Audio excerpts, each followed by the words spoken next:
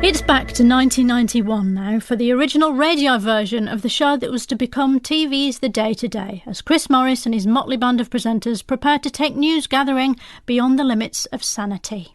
It's 11:20. This is On the Hour. On the Hour.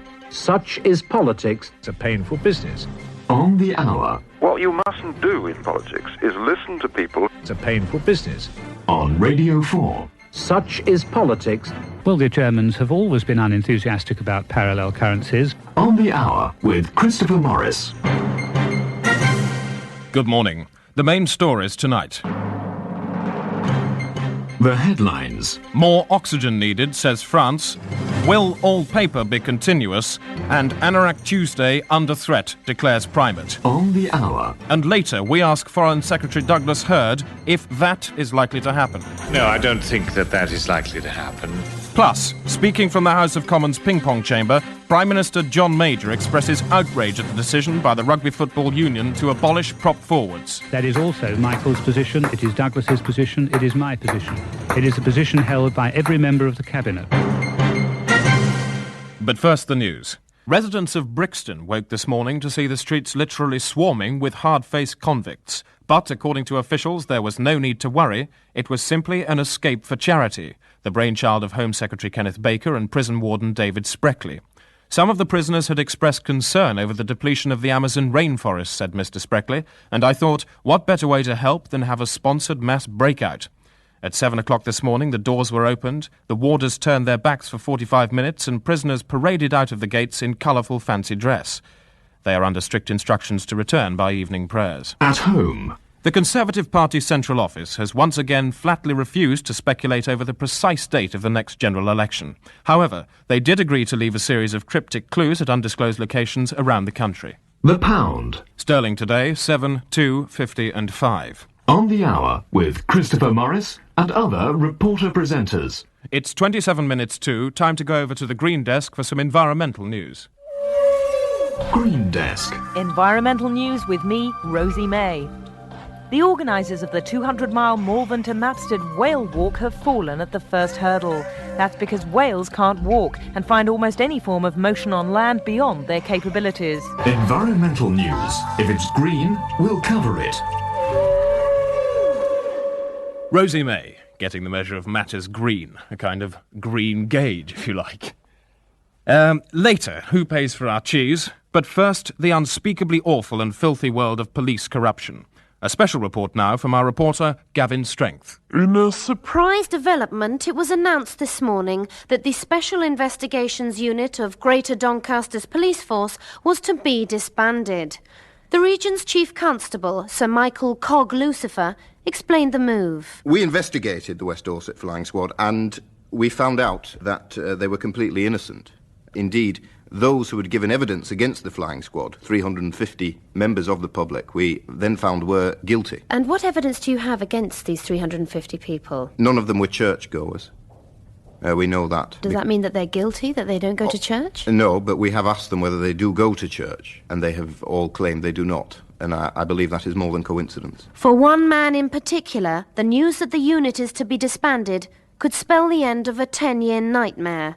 Lionel Cosgrave is a 23-year-old local pizza delivery man. I've just grown to notice over the years, I seem to have spent rather a lot of time being arrested, interrogated, thrown in prison, and I don't know why. Could you tell me what was your first arrest, Lionel? I was charged with impersonating a Chelsea pensioner. Though I was in the area at the time of Chelsea, I can't do many impersonations. Well, I can do Michael Crawford. Lionel Cosgrave, guilty Cosgrave, has been indeed arrested 46 times. Could you tell me a little bit about your forensic scientist, Freddie Vincent? Dr. Freddie Vincent. I don't actually think he is a doctor. No, he's not. But he calls himself one, and who are we to disillusion the lad? He's a young man, he's a God-fearing man, a man who, in his own words, cacks himself before the Lord, and I respect that and I admire it. I talked to Dr. Vincent in his home laboratory. Bearing in mind the training that most forensic scientists have in this field, would you not say that you're a little bit young to be dealing with matters of this importance? Well, that's not the first time that allegation, has been put to me, and I've got a reply for that every time. which is, how old was William Pitt the Younger? I've been arrested for charged with fitting up terrorist bombings, poisoning wells. And what actual evidence do they use against you for these crimes? Apparently they found my blood all over policemen's fists and boots, and apparently my fingerprints have been found all over my hands. I question this forensicness myself. You can always sort of make something look like something else. If I take a football and paint it green, you might say, oh, it's a giant P. But, scrape away the paint and, underneath, oh dear me, it's a football. Freddie Vincent, Dr. Vincent, presents the evidence to a committee, myself, and I decide who is to be tried. And who else is on this committee? I've just told you. Just you? Myself and my conscience. There is a bloke called Lionel Cosgrove. Yeah. Well, yes, I was about to come on to Lionel Cosgrove. Guilty Lionel. Lionel Guilty Cosgrave. Yeah. Could you give me some proof that you actually found against Lionel? I mean, how do you know that Lionel was in fact a bomb maker? Well, this is interesting. Ink was found on swabs taken from his fingers, and ink, believe it or not, is one of the most vital parts in making of bombs. But ink can come from a number of things. I mean, what about pens, for instance? I think we're splitting hairs at this point. I mean, what kind of pens? Corruption is like a plague, and if you don't lance it, like a boil, it can spread like some form of satanic cancer. And what do you mean by cancer? Some sort of illness? A disease, certainly. Potentially. In what form does this disease take? Well, your hair falls out and your skin flakes off. No, I'm talking about the actual corruption of the police. Oh, sorry. On the hour, maximum use of the BBC's news resources. In 47 seconds, sports news, but first there's been mixed reaction to the news that pedestrians are to be banned from Cambridge city centre. The council ruling follows concern over congestion in the city's increasingly crowded streets. Market traders are up in arms, claiming that already recession-hit trade will dry up completely if no one is allowed to walk within half a mile of their stalls. But the council are unrepentant. There's no pleasing these tossers, said a spokesman this morning. You clear the streets so they can unload their vans, and they turn around and crap in your face. This is Sports Desk. I'm Alan Partridge. Formula One driver Nigel Mansell gave up motor racing this week as it's too dangerous. And anyway, claims Mansell, I can get the same sensation by sitting in a wind tunnel with dark glasses on and a paper bag of agitated wasps tied over my head. Time now for the On the Hour campaign. This week, it's prompted by woefully inadequate public understanding of basic health issues. Don't catch a disease. What sort of disease did you catch recently? Well, flu. How do you feel about being one of the dim and feckless individuals who didn't avoid catching a disease? Uncomfortable. Bad. You feel rotten, and you must feel bad about it. What sort of disease did you catch recently? Flu. What clearly rather hopeless measures did you take to stop yourself catching a disease? I didn't take any measures at all. Do you have any idea how you could avoid becoming, again, one of those bad idiots that goes around catching a disease? No. Actually, having a health campaign reminds me of a time when I had to read out a story about a member of the royal family who was ill, and I said that she was 111. Serious tone of voice. There's been a large disaster at Big Street Station. Details are sketchy, but it seems that a train ran into the buffers at 8:13 this morning during a rush hour crowded with commuters. And Transport Police have just issued this description of what happened. Can you repeat that, please? In collision event occurred when the VPU, vehicular power unit, Can you repeat that, please? proposed an IAV, inappropriate arrival velocity, Repeat that, please. to the IAHTS, Was it lodged?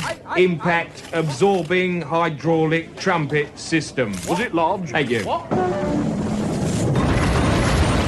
On the hour, first on the scene at major disasters.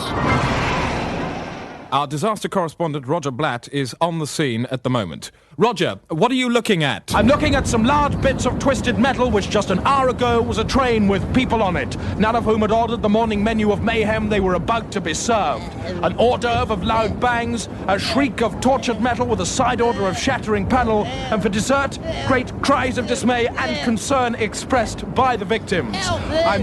Could you be quiet, please? Roger Blatt reporting. Now, as a result of the crash, Radio 1 are running a Disaster Day special. Let's join them now for an update. And it's Wayne Carr, I believe. Hello, Wayne. The wildest bangs from the biggest disasters. Hello?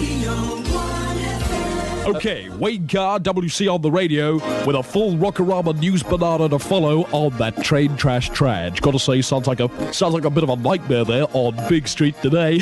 Just a bit of a joke there to cheer you on if you had a death in the family or just lost someone that you love in the amazing Bogey Bash. No, that can be tough. And don't forget, we're going live for a simulcast with the Corduroy Boys on Radio 4 in next to no time, okay? Really looking forward to that. Could be my lucky day. If I play my cards right, I could land a guest presentation spot on a lightweight news-based quiz program. Meanwhile, we're going all the way back with the music, and I see Dave Edmonds is still crawling from the wreckage.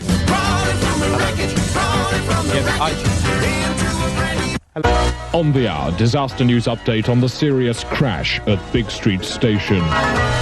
Reporters looking for an eyewitness have found a single man in his mid-20s with an off-the-peg suit and a dull but adequate career in computers. Well, the first I knew, there was a huge bang and glass flying everywhere. I couldn't believe it.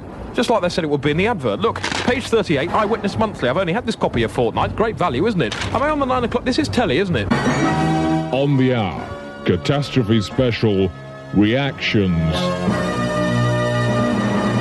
And British Rail say they will launch an immediate investigation into the crash to decide they have nothing at all to do with trains and anyway they're underfunded. And if you're driving in the Big Street area, expect delays from the build-up of heavy traffic as frontbench politicians and current by-election candidates converge on the station and then tear off to nearby hospitals in an effort to appear on the same news bulletin twice. And we go back to the scene now with Roger Blatt. And as you join me, some of the victims are being dragged out. And one more time, please, love. It's for a second time, actually. There wasn't enough light for the cameras on the first take. Could you sob a bit louder, please? More sobbing. I'm afraid what you're hearing is typical of modern television journalism. Wave your stumps and action. What they're doing is simply obstructing me from asking valuable questions. Don't die yet, please. The listener wants to hear. Amateurs, don't die. Excuse me. You're critically injured with a shattered pelvis, pneumothorax and partially torn off face. How do you feel? On the hour, Disaster Plus. Just coming up to 4:20, and Weekend PM Special tonight comes live from the besieged home of a maintenance man who will be speculatively blamed in a few hours' time, reduced to a gibbering wreck by 6 months of press harassment, and found extremely responsible for everything in about a year from now so that everyone else can carry on as if nothing had happened. On the hour, modern yet palatable news presentation. In a moment, the On the Hour audio pullout is the sound package which follows the sports insert. But first, we're getting news of chaos for drivers on the A1 as today's high temperatures cause the road to buckle. The Northumbrian stretch between Durham and Newcastle has been found in Shropshire. The A1M at Doncaster is now part of the Telford bypass, and 7 miles of the congested Lincolnshire section have bent due east as far as Norwich and are expected to reach the North Sea by midnight. This is Sports Desk. I'm Alan Partridge. Athletics, and sprinter Linford Christie has withdrawn from tomorrow's Crystal Palace meeting in Oslo, blaming groin injury. The problem centres on possible tearing in the lower skin and a slight severing of dry tissue from the genital wall. Apparently, 7 connective membranes have been stretched and 3 have come loose, causing the inner sac to chafe against the muscle for the 3rd time this season. Thanks very much indeed there to Alan Partridge. And later in the programme, but first, time for the audio pullout. On the hour, the audio pullout.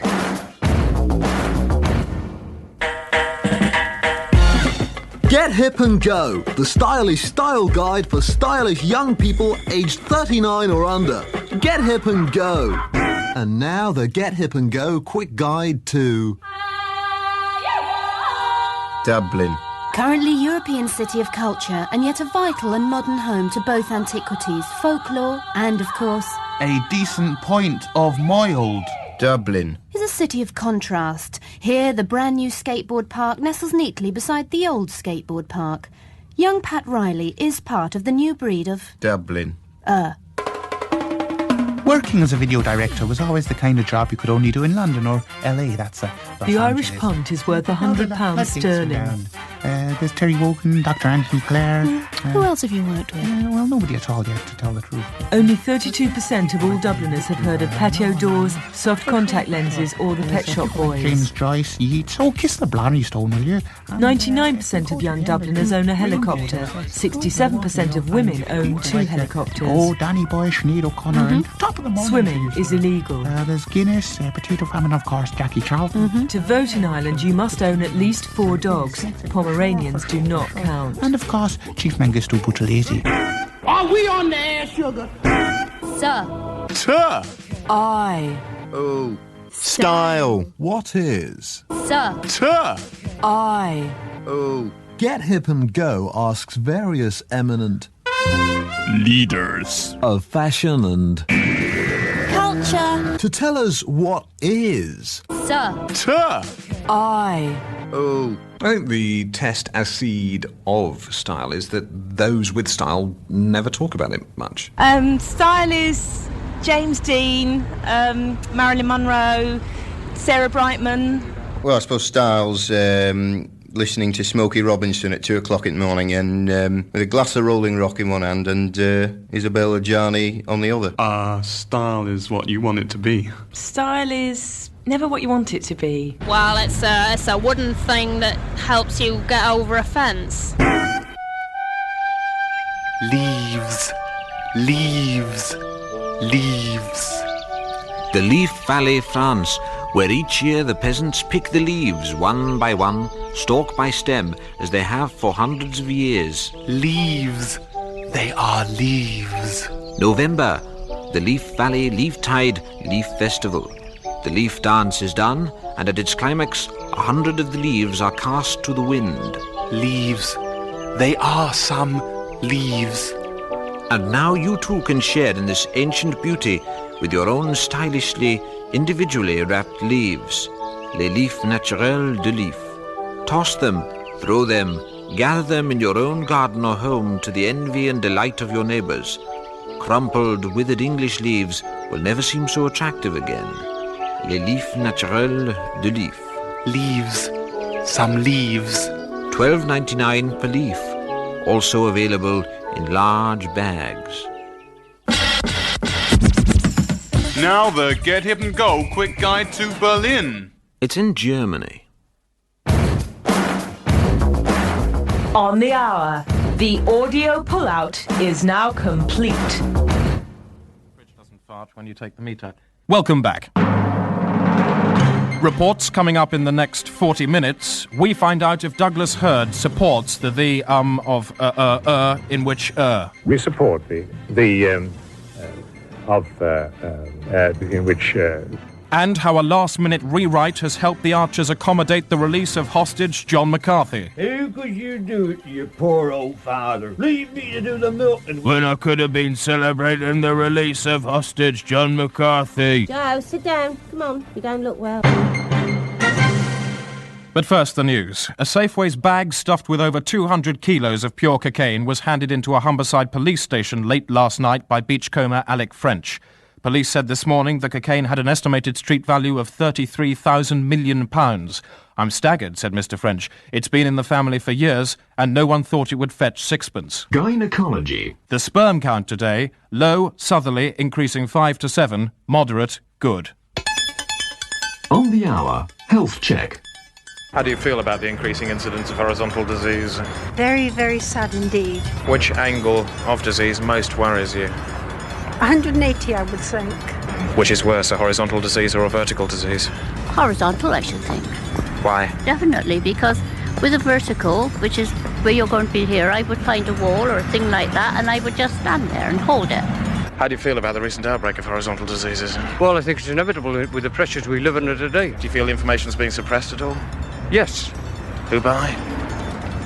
The same people who suppress all other information in this country. This is the most suppressed country on earth. How would you respond if you were confronted in a fisticuff situation with a horizontal disease? Well, because of my past, I would learn to accept it philosophically. You'd work it out in Nietzschean terms, perhaps? Oh, yeah. Of all the angles of disease in the world, which do you fear the most? 180. What about a 35-degree disease? How frightened do you feel of that? Acceptable. Acceptable. 78 degrees? Time you did something about it. And by the time you get to 360 degrees? Well, you're going back where you started. It's 38 minutes to. Over now to sport. We haven't got it. Right. Well, perhaps we could go over now to Senny Power and hear what's happening with the Week on 4. Who's supposed to be doing that bloody sport? And the Week on 4 begins on Thursday at 3:15 with Afternoon Theatre. Another chance to hear Susan's regrets, winner of this year's Sonic Daisy Award for Best Use of Sound. Mary has got some sugar, but Gerald has problems closer to home. Tea and cake, Gerald?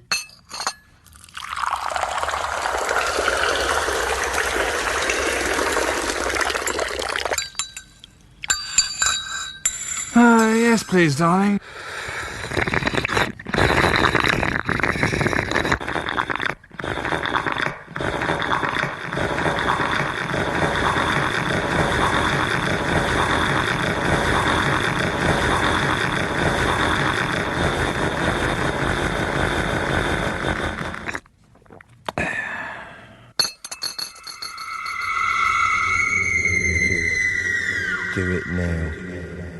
Do it now. Do it now. Mary, I've come about the sugar. And you can hear Mary's reply on Thursday afternoon. On Saturday at 5 p.m, there's a start of a new series of With a Shotgun in My Mouth. Controversial psychiatrist Dr. Anthony Clare straps public figures to a wooden chair in a disused warehouse and forces them to reveal embarrassing childhood secrets by putting a shotgun in their mouth. This week, risking a mouthful of pellets, is the Duchess of Kent. Earlier on Saturday at 12:25, there's a special 3-hour edition of I'm Sorry I Have to Appear in This Programme.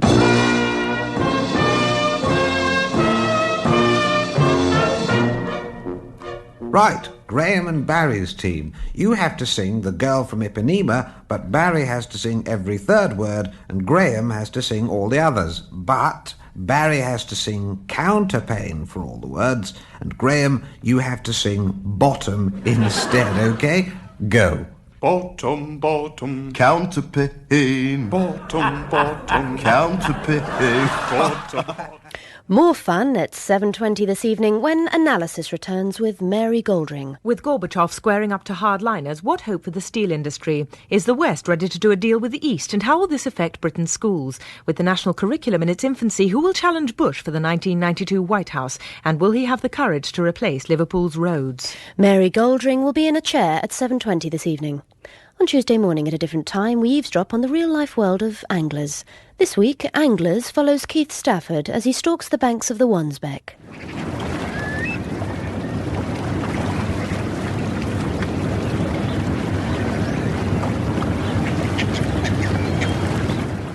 Anglers at 10:30 on Tuesday on Radio 4 FM.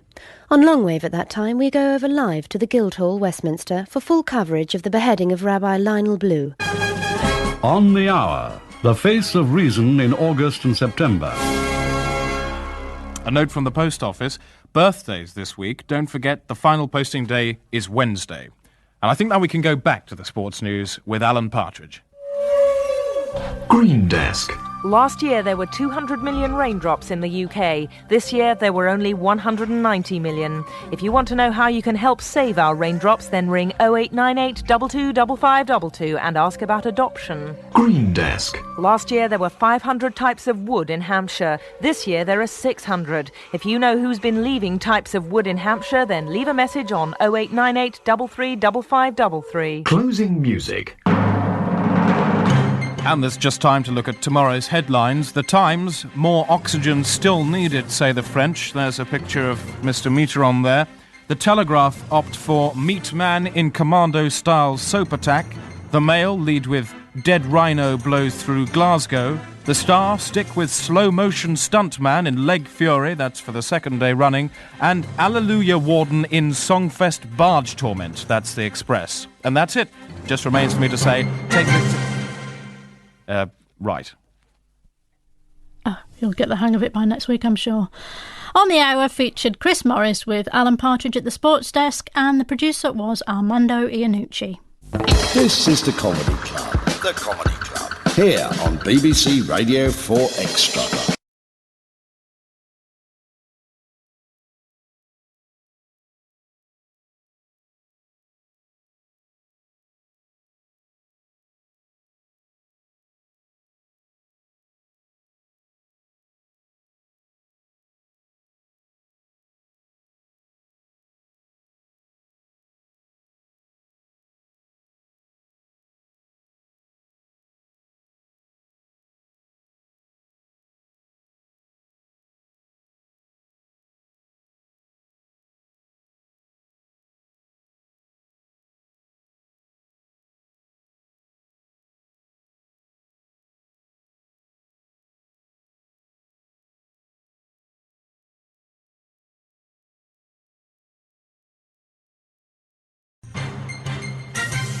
I'm Christopher Morris, and it's Hello.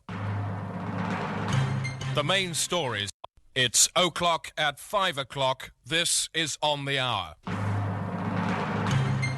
On the Hour. Such is politics. It's a painful business. On the Hour. What you mustn't do in politics is listen to people. It's a painful business. On Radio 4. Such is politics. Let us be proud of what we have accomplished. On the Hour with Christopher Morris. I'm Christopher Morris, and it's Hello. The main stories on the Hour tonight. The headlines. Is Linda Chalker false? No bones left in Europe, says scientist. And how tall is the royal family? On the Hour. Plus, coming up, Margaret Thatcher confirms that she is to replace Sylvester McCoy as the new Doctor Who. It has to come sometime to make way for someone else, and I think this was the right time to do it. And Foreign Secretary Douglas Hurd explains why he's glad McCoy is to go. He's an appalling failure, and he's committed many crimes. And the news tonight is read by the continuity announcer. The government has announced exceptions to the restricted ownership of dangerous dogs. It will now be legal to keep a pit bull terrier unregistered, provided it is less than 8 inches long. Full-sized animals are also to be allowed if they've been fitted with a rubber skull, and experts are looking at ways of teaching them to eat with a straw. The news. And we've been ringing round veterinary surgeries to find an expert to comment on the effects of putting a rubber skull into a dog. To discuss the issue, with me on the other end of this telebalance unit is John Wills. Ian Wills, actually. But... Right. How effective would the new rubber jaw be? Well, if the jaw is rubbery, then obviously the dog is going to be able to do less damage. Wouldn't be able to bite a child's face off, then? Well, unless the upper jaw and lower jaw are both rubbery, and Rubbery. The upper teeth, one imagines, could still do a fair amount. It's to do with you. What about shaking itself dry? Yes, one can see all sorts of problems. If it's really rubbery, it's going to end up knocking itself in the eye with its lower tooth. If the lower jaw is waving about too freely, then it shakes itself. Who knows what's going to happen? On the Hour, modern yet palatable news presentation. The news. A United Nations delegation in Iraq has uncovered another threat to world safety. In a secret factory near Baghdad, they discovered Saddam's henchmen with a lidded pan of hot water on a burning gas stove. Had we failed to uncover this pan, said a spokesman, it could have boiled over, seriously scalding someone's inner wrist, or put out the pilot light, creating a nasty gassy smell.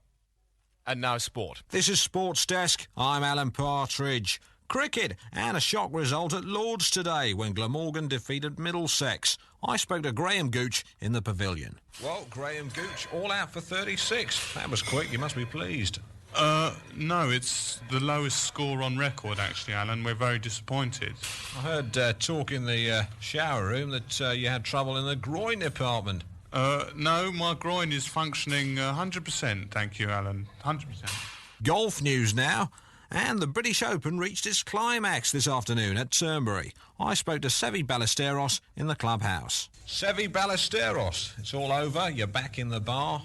What went wrong? Oh, well, nothing go wrong. I don't think you quite understand the principle of golf, which is that if I hit less shots, I'm back in the clubhouse very quickly. It's very good. A lot of people been talking about your groin strain. I understand there's been a few snags, a few stretches there. What people is this who are talking about a strain? Because it's not true. Sevi Ballesteros. Over at Hickstead for the show jumping now, and I grabbed a few moments with Lucinda Green. Lucinda Green, you stayed on your horse all the way round. You must be pretty chuffed. Well, I stayed on, but I had a very low score, so I'm feeling I can do a lot better next time, I hope. Yeah, but still, you hit all the right fences. One thing that sort of troubles me is your groin strain. How bad is it? Any torn ligaments? I've been told it's a bit like a guitar string snapping. No, I didn't have any strain of that sort. Surely the taking off the landing, there must be a strange kind of pressure on the groinal area. I was wondering how you cope with the impact. Yeah, I think you've got the wrong rider. I don't have any groin strain at all. How do you deal with the inevitable muscular spasms and pains that must rack the groinal area? I don't have any pain whatsoever. I love the sense of humour you got there. Listen, have a can of Ralgex on Alan Partridge. I'll spray it on. Thanks. On the Hour. Never balks at issues from which other news programmes might well shrink. Our extended feature package today has been supplied by the Consumer Unit, who are on the 4th floor. It's hosted by James Tinker. Your Things. It's to do with you. Good morning, and a very good morning to you. From me, Jimmy Tinker, saying good morning. And me, Maureen Youb. Good morning to you, Maureen. And I'd like to say welcome aboard, everybody. Nice to have you about the craft. Good morning. And of course, good is what it's all about on Your Things, doing good. In fact, on my way in, I came across an old man wearing rags and drinking Brasso from a tin. And although I was in a terrific rush for this mess of a programme, I did actually find time to kick the tin from his mouth and give him a few sensible thoughts on what a bad example he was setting the children. Doing good, goody, goody, goody, goody, good, good, good. JT and Maureen Youb with Your Things. Haven't had a lot to do this morning, have you, Maureen? Well, no, now it's time in the programme for the bit we call Peasants, where we allow you, the public, to have a go at righting some wrongs. And here to deal with it is our peasant captain, John Partridge. Good morning, John. How's John? Good morning, James. Arthur. Good morning. Our first peasant wrote to us with a complaint about yoghurt pot morality. After some cajoling, I actually got her to read it out herself so that she felt really in charge. And here's how we got on. Hello, peasant. Read this. OK. Dear peasants, although I'm a shallow, pated proletarian imbecile, brackets listen to how badly I'm reading, I've managed to come up with a question. What's happened to the flange on yoghurt pots? It used to be possible to reseal them by carefully crimping the foil lid back over the rim. Now the lips completely disappeared and the top's made of plastic, which you couldn't bend properly even if you bloody well wanted to. Can't anything be done? Yours, Brian Sell. And so we set out to solve the problem.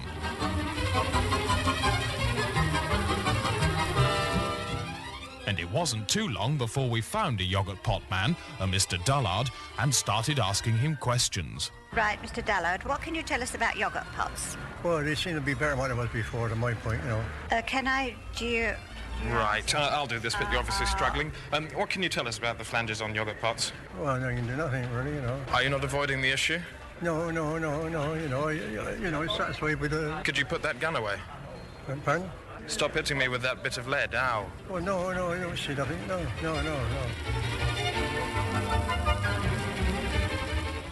Well, understandably, after that spectacular botch job from the peasant, there was very little I could do to rescue the situation. Sorry, peasant, it looks like you messed that up. Well, at least I got a chance to air my views. That's the important thing. No, it isn't. I am. Now go away. Righto, thanks very much all the same. Yeah, go on. Off you go. Thanks very much then. Goodbye. And thanks very much indeed to John Partridge. And that's what we've got time for this week on Your Thing. So, it's goodbye from me, JT, and it's goodbye from Maureen too. Goodbye. us and thee, you and we, the philosophy of the BBC. The premise that makes this programme tick is that we are clever and you are thick, and we never for a moment stop to contemplate how being caring on the radio makes us look great. And we're very concerned about all your problems, 'cause if they ever got solved, we'd lose our jobs. On the hour, the world in a tablet. In 13 seconds' time, prayer desk, but first, the Polish philosopher Kosowary Ludes died today, aged 89. He advanced the controversial idea that government should always be regarded as culpable in its relation to the individual, but will perhaps be best remembered for his 1960s novelty record, Mr. Twaddle's Enchanted Gloves. The Lord is like a dishwasher, and we are like some dirty plates. But it's God's love that washes us, not water, and God is an omnipresent, all-seeing force, not a time-saving household appliance. Monsignor Traub Lopez. In a moment, this week's audio pullout. Later in the programme, the other microphone will be used to interview a politician. And today's funny story. A rich man has bought an old lavatory. That's all coming up. The Colour Supplement. 5 glossy minutes of radio for you to keep all week. The Colour Supplement.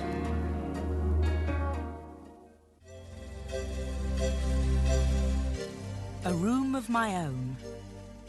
Michael Hammond is serving 15 years in Wormwood Scrubs for having an Irish grandmother. He lives in a room as compact as it is subtly lit. I think of this room as being very much my room, even though it's Barry's room as well, and Keith's, and Tim's, and Neil's. And usually we have Graham, the serial killer, in here as well, but he's in solitary at the moment for killing David, and Peter and Stephen. Well, they call it solitary, but there's 8 of them in there. On the wall by the coyly petite window, an arresting mural of startling photographic images meets the eye. Yeah, Barry cuts them out of his magazines. I used to have a postcard of Chartres Cathedral up there, but Barry took it down. He said there wasn't enough totty in it. On the Victorian table stands Michael's kettle. Modernist in design, it is a stark chrome challenge to the past. It's a stark chrome challenge to making tea as well. Hasn't been the same since Graham the serial killer hit George, Charlie, Terry, Mick, Keith, but Bill, Ron, Brian and Rog over the head with it. They haven't been the same since either, come to think of it. And next week, In My Pants Drawer, when award-winning playwright David Mamet analyses his underwear and explains why his brown and blue striped M&S Y-fronts have a special place in his heart. And now, Cartoon Frolics with Peanuts, featuring good old Charlie Brown. Charlie Brown? Yes, Linus? Growing up is like a visit to the dentist. The pain of anticipation is naught compared to the agony of actuality. Yeah, but there's no anesthetic for life. This Peanuts cartoon is now available in the 517th Charles M. Schulz compilation, You're Not Funny Anymore, Charlie Brown. Advertisement featured. A marvellous collection of glass statuettes of British Prime Ministers. James Callaghan pictured here actual size. This limited edition of 150,000 statuettes was executed in individual lucite moulds. Order the first 5 statuettes now and receive absolutely free this beautiful porcelain Sir Alec Douglas Hume skull ashtray. The Colour Supplement Celebrity Questionnaire. What is your name? Keith Floyd, chef and bon vivant. What is your favourite letter in the Greek alphabet? Oh, God, I love them all. Apart from pi. I suppose the best would have to be lambda. God knows I couldn't tell you why. What is your favourite crop parasite? The sarcoptic mange, mate. Which 13th century English bishop do you most admire? Robert Grosseteste, Bishop of Lincoln. And do you think anyone listening is seriously interested in any of your opinions about anything? Good Lord. Tough one.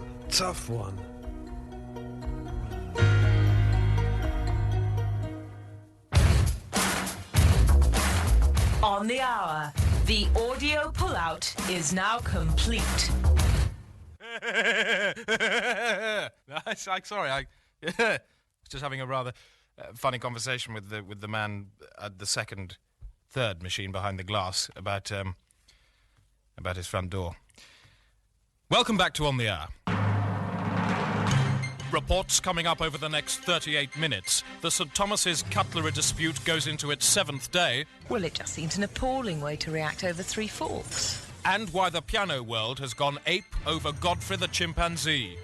I haven't seen anything like it. We just sat him on the stool and he started playing. America now, and hysterical courtroom scenes as disgraced televangelist Jim Tubbard was sentenced to a total of 120 years imprisonment and 7 hours community service to run concurrently. Tubbard pleaded guilty to 3 counts of heinous embezzlement and 5 of agitated drug trafficking, but still maintained he was innocent because he had forgiven himself. Later, looking grey and ashen-faced, he emerged from the courtroom to greet his followers with a confession to further charges of bad parking and mass terrorism. Thousands of Tubbard supporters responded with cries of, "Never mind, Jim, have some more of our money." On the Hour. Time now for further coverage of the hostage release story. Our man watching him arrive at RAF Neville is Malcolm Box. And you join me here on the tarmac. The plane has landed and we can see the hostage. There he is. He might be about to emerge. With me is an ex-hostage. Now, I suppose he is more likely to emerge now than he was while the plane was flying. Yes. Now, we know there was food on the plane, a choice of chicken or pasta. Yeah. What is the more likely choice of a just having been released hostage? Well, in fact, we've implanted a camera in his stomach. The correct answer is chicken. Chicken. And there he is emerging. He's waving his arm. It's his right arm, in fact. Hello. Tell me, ex-hostage, is that the more usual choice of arm for a man just 6 hours out of a 5-year spell in a foreign jail? I suppose it depends if he's right or left-handed. Well, what a fine sense of humour you ex-hostages display in spite of the deep psychological scars which consign you to a future lifetime of torment and anguish. And there he descends now to meet the reception committee and a warm welcome from his friends and colleagues, who are, of course, journalists. This beaver that's kept the vigil for 5 years. Do you want to lick her hip? Do you want to lick her hip? You knob in the gob. On the Hour, holding up a net in the strong breeze. Finance news, the Minister for 11 says 7 today, Crawburn Knuckle-Herkle 5, up plenty, decisive in-growth Reben a half, and the FTSE index closed down, shut, finished, good. Trial news, and the trial's been going on today. A summary now from our man on the scene. About what time did the trial begin? About 14:30 hours local. The judge was in attendance. He's a rather portly chap, about 75 years of age. Should be retired long ago. What's the white line for? Well, the white line's to guide him from the lost horizon to the far horizon, at the far end. And the worm-shaped horse? Very, very slow at the moment. What do you make of the artist's drawings showing the proceedings today? Absolutely abominable. I wouldn't put my grandmother's shirt on it. Who exactly is on trial? Well, I can't say really. It's all MI5. And the smaller ones are MI2.5. Who did it? We don't know. It could be Black Mike. And the sentence? 5 years associated with England cricket team, with all fares paid, and a large amount of duty-free. He'll probably last about 2.5 years. Will the guilty man step forward? The guns are loaded. Hello, fall over here, 2 men, march this man away. Take him out of the dock. I don't want to be bothered. On the Hour, the time 50-50-50-50. And now our special report on caring in the community. What is it? What's happening to it? A report from Kevin Smear. Tonight, On the Hour looks at care in the community. What is it? What's happening to it? Virginia Rumbelow, Junior Health Minister. I'd like to think that we're taking care out of the public domain and into the private. We're giving people the right to care within their own homes. Now, I, personally, don't care, but that's my privilege. I'm in the home of Lionel Cosgrove in Glossop in Sheffield, Derbyshire. Lionel, I believe this isn't the only home you've ever lived in. I've had about 24 and about 12 this year. I was first moved when I was 12 and I'm now 14. But I believe that the social services who have moved you are not, in fact, government-funded social services. Is this true? They wear grey boiler suits and they're the men from Securicare. Securicare made a very, very successful bid for the removal of children from home to home, and I hope very much that we have more businesses like this who will take it into their hands to say, yes, I feel I could move that child. Yeah, well, they come in normally late at night and gag me so that my sobs and crying doesn't disturb people. I think that's quite a good idea. They then take me downstairs and just hit my foster parents a bit.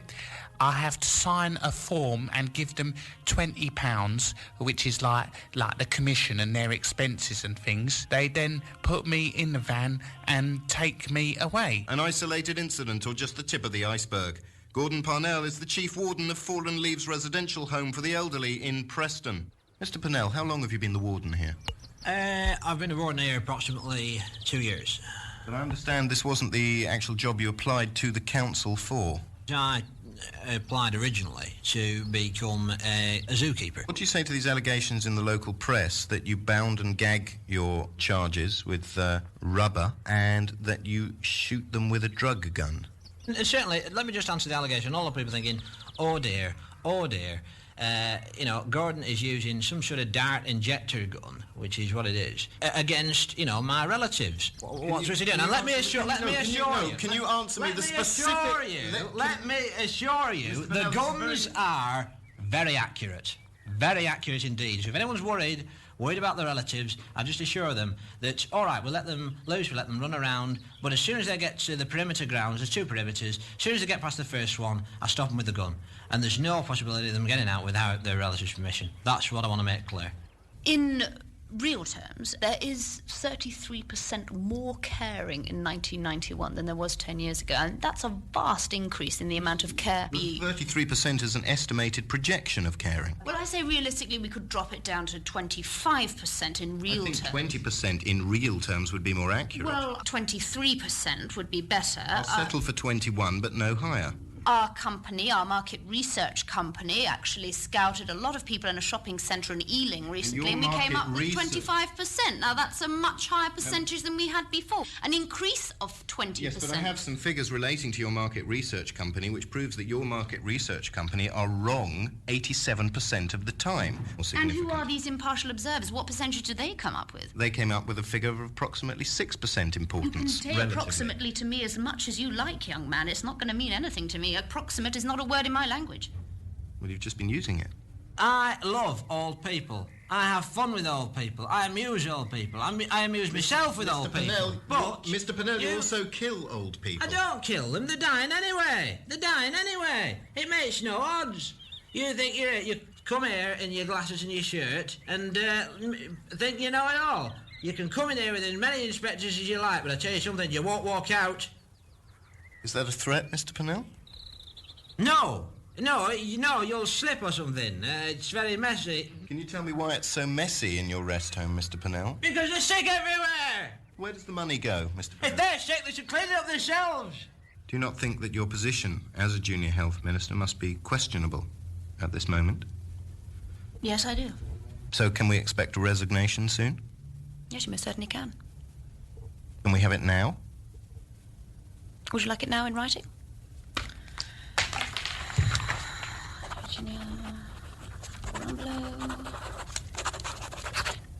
Virginia Rumbelow, ex-Junior Health Minister of State, thank you very much.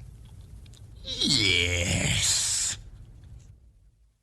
Kevin Smear with that rather disturbing report. On the hour. Serious news programming with the ability to remain broad-minded. Since last week's health campaign, we've been overwhelmed with letters asking for more information. So if you're worried about catching a disease, we've prepared a special prophylactic pack. Write to On the Hour and ask for the Don't Catch a Disease face suit. Filters out plagues and illnesses before they can get through your face. Special triple-wadded filters clamp tightly over vulnerable intakes like the nose and mouth. Dense swathes of gauze and muslin swaddle your frontispiece, and the head jacket is secured with staples to the ears, nasal septum and eyelids. A disinfectant reservoir ensures that every 5 minutes the facial cloak is perfused with 7 litres of strong sterilising fluid. With a choice of 3 tweed coverings, the face suit makes an attractive fashion accessory for cultural evenings or top-level international peace treaty summits. And you'll be setting a good example too. A large head placard proclaims, "I'm wearing a special germ-excluding face suit so I don't catch a disease." And the address for the face suit and your comments about issues raised by the programme is On the Hour, BBC Broadcasting House, London W1A 1AA. And that's just about it for this lunchtime. Next week, On the Hour will be coming live from Edinburgh for full coverage of the festival. We're not going. We're not going. Why? On the Hour. And just time to have a look at tomorrow's papers. The Times, shaved swan builds link road. There's a photograph there of a pot of glue. The Express, web-digging fortnight suspended. The Guardian, thieving wasp leaves thousands homeless, while the Mirror have Bishop's broken lip in biscuit horror, and The Sun opting for bungalow tenor in adult recognition siege. And don't forget, as from Monday, all taxis in London will be carrying bicycles free of charge. That's it. I'm Christopher Morris. You're not. Due to recent events, tonight's On the Hour has been cancelled. In its place is the one that would have gone out instead.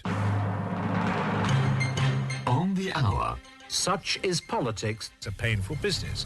On the Hour. What you mustn't do in politics is listen to people. It's a painful business. On Radio 4. Such is politics. Let us be proud of what we have accomplished. He is an appalling failure, and he's committed many crimes. On the Hour with Christopher Morris. Hello from me, Christopher Morris, and from me.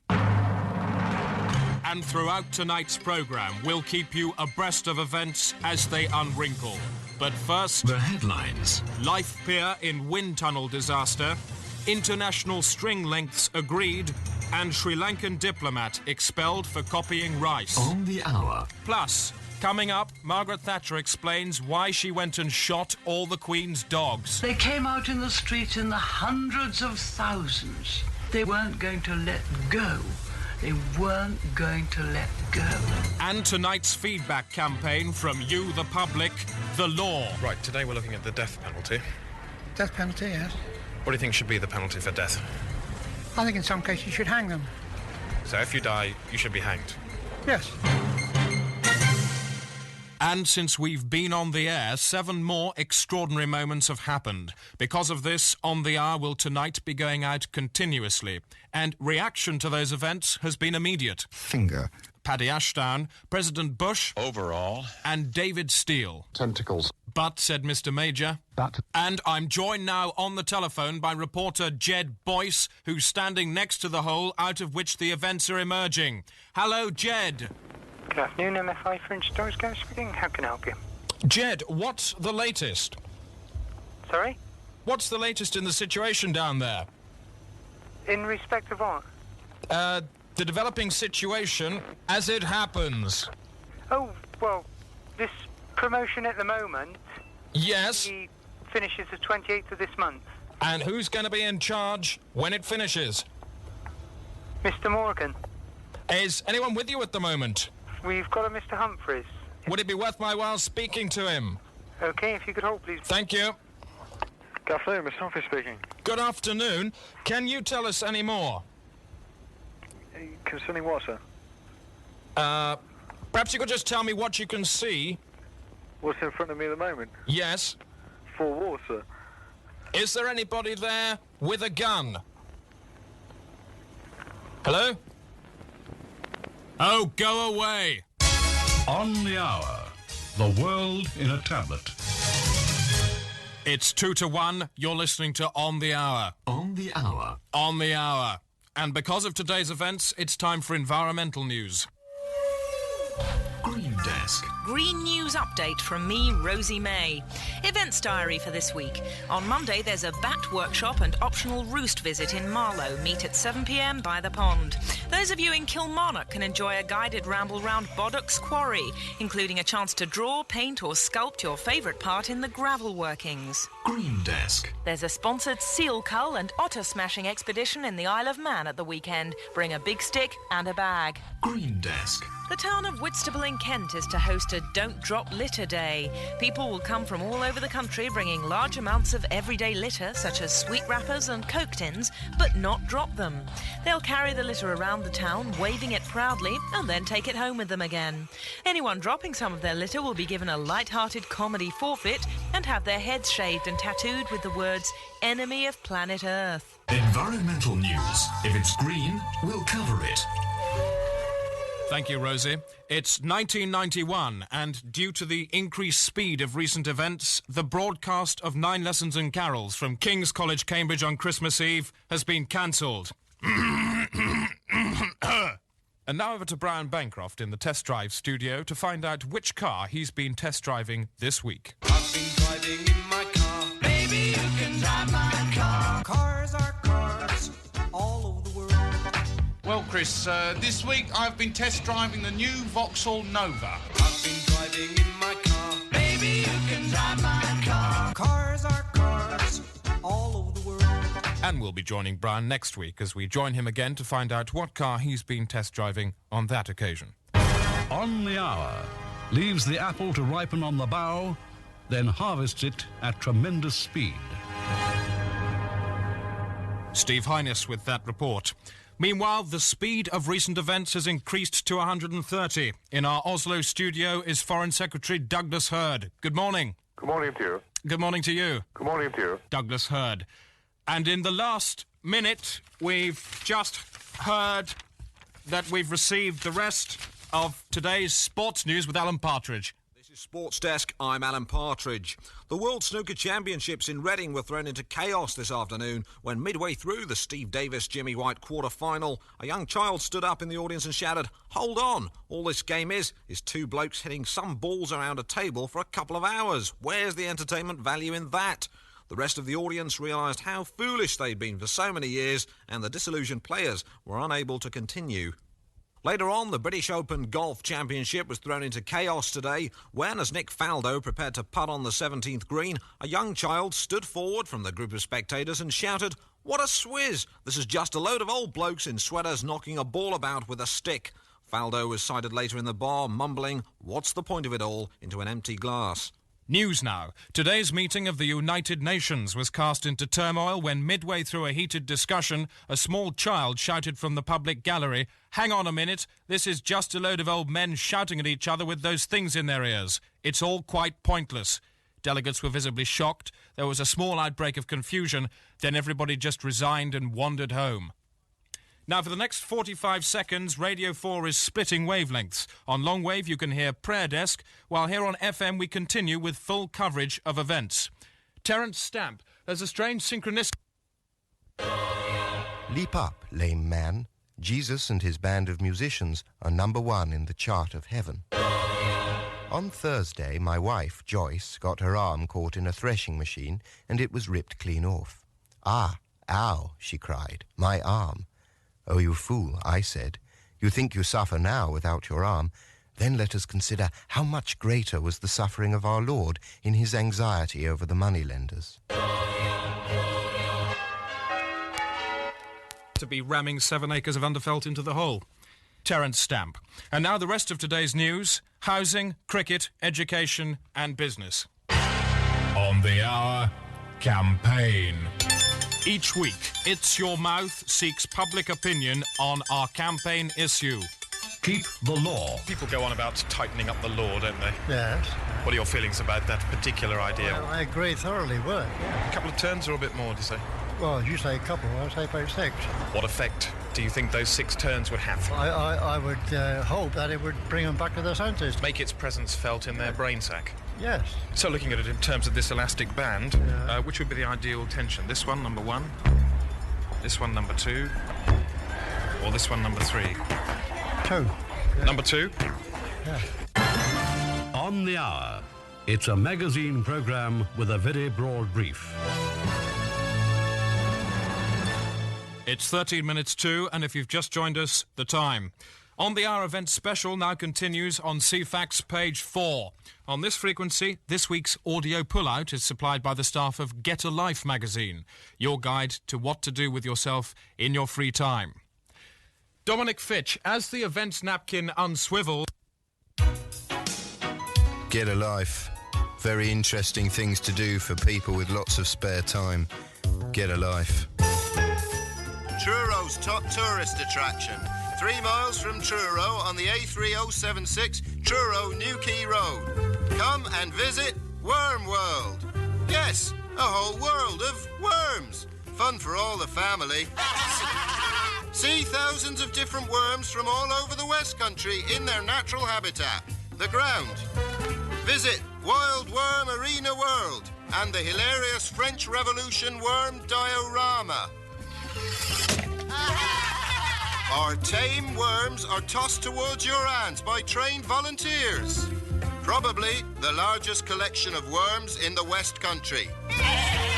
Worm World, Truro 0872 223 5689. You won't have to worm your way in, there's a gate. Get a Life. Hobbies. This week's hobbyist is Clive Tubman of Hales Owen. My hobby is that hobby of collecting different sounds of different types upon my audio cassettes that I buy at the shops. A day in my hobby can start as soon as I wake up. The alarm clock. I better tape its sound that it is making. Alarm clock, Friday the 12th of July 1991.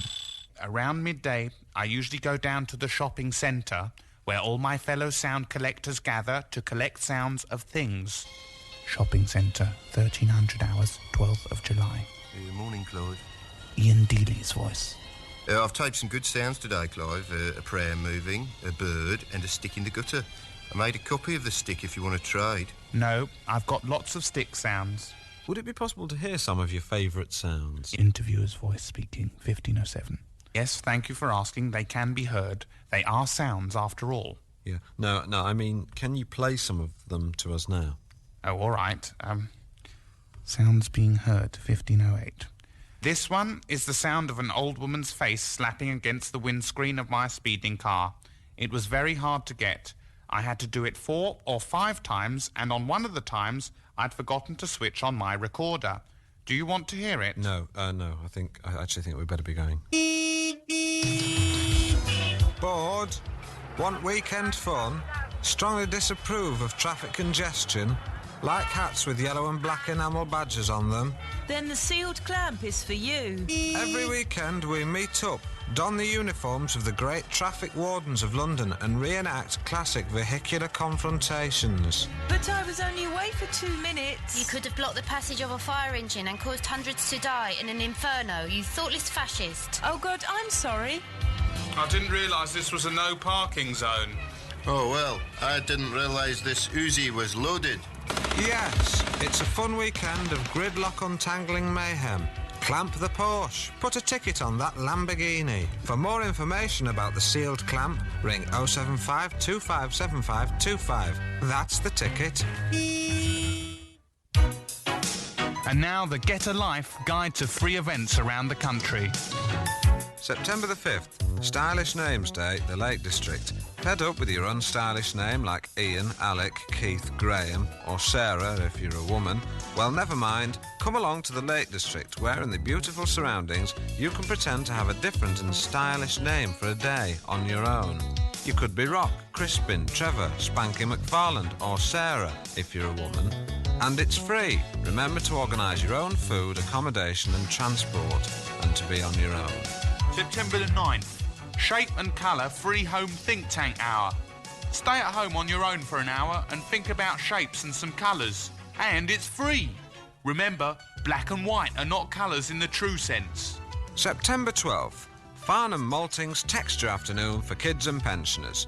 Kids are still developing their sense of touch, and old people may have lost theirs, so how can either group be expected to choose the ideal lounge or bedroom furniture covering fabric? Texture volunteers at the Maltings Farnham will blindfold and gag all guests on the day and rub differently textured objects against the sensitive areas of the old people's and children's texturally underdeveloped bodies. Fancy a pumice stone on your eye, a hamster against the rough skin on the bottom of your feet, the mess from the inside of the nozzle of a modern garden hose against your thigh or genital? Then get along on the day, but only if you are a child or very old. On the hour, the audio pullout is now complete. Welcome back to On the Hour, Events Plus. Coming up over the next strand of programming, another disturbing report on childcare from our reporter Kevin Smear. This is obviously painful for you to talk about, but please continue to talk about it. What do you want me to say then? Just say how unhappy you are with the present situation. I'm very unhappy with the present situation. Plus, we talk to the butcher from Islip for whom meat spells danger. The next thing I knew, it went off in my hands. But the main story today has, of course, been the continuous unravelling of events. Earlier today, I spoke to Foreign Secretary Douglas Hurd for his response. The local farmer's Angus bull had found me and thought it was great fun to roll me down the riverbank and in toward the river and me still inside a damn bag. Needless to say, you've never seen anyone come out of a sleeping bag faster than I got out of that one. Douglas Hurd. The rest of today's news is read by the continuity announcer. Scientists today are claiming a major breakthrough in head transplant surgery. The operation involved replacing the head of a mouse with a human finger. Digit donor Slap Tantrum said, "At first I was disconcerted by the absence of my right index finger, but I felt much better when I saw it scampering around a cage on the end of a mouse." WAG technicians, who call the new animal sconce knuckle, declared the operation a complete success and insist the finger-face rodent is delighted with its new shape. But slaphead behaviour baron Des Morris is deeply concerned. These people should have learned their lesson when they tried to equip a dog with the neck of an earwig. Mammals are vain creatures, and with no face, the sconce knuckle will feel deeply humiliated and could start running into things in fits of self-loathing. The dog drowned itself after assuming it had turned into a fish. New education proposals announced this morning will require all primary school infants to play golf. The Education Secretary said, "It's a matter of irrefutable fact that no one has ever been educated under a Labour government." This is Sports Desk. I'm Alan Partridge. Fishing news. Shut up, Alan. I want you to stop. News has just come through, and I'm afraid it's war. This report from our reporter, Peter Porter. It's the High Priest of Battles. It started when the minister cut the ribbon and declared the war open. My name's Peter Porter. This is my war. Blinking like a groggy giraffe with dust in its eye caught in the 7,000-watt beam of a low-flying aircraft on the darkest night of the year, I stumbled from my bunker this morning. The bunker I had dug with the men from the battalion. Good men, strong men, each one capable of pulling the trunk off a cock elephant at 30 yards. And now, my comrades and friends too, allowing me to wear combat clothes and run ahead of the tanks into battle. As I speak, swarms of missiles narrowly miss my head. There goes one. I'm running over to see now how many of my new friends are just so much charred flesh and bone. My right arm's just been blown off. There's a camera crew. Look at me. Look at me. My right arm's just been blown off. Thank you. And on into battle. Oh, there goes my other arm. The sound you can hear now is my lower torso being vaporized, but never mind. It's not my safety that counts. Information is paramount. Strap my head to the rocket and blast me into the center of battle. 13 megaton warheads exploding all around. Rivers of blood. I counted them out. Oh, sorry, the sound effects. The sound effects broken. Bugger. Sodding sound effects. On the hour. In the thick of the action, with a microphone. And I believe the press conference is about to start. We'll join them now.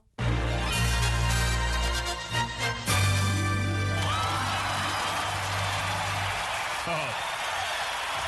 You're looking good like I knew you would. Okay, ladies and gentlemen, can I have the first question, please? How many baddies are dead? Good question, Sonny.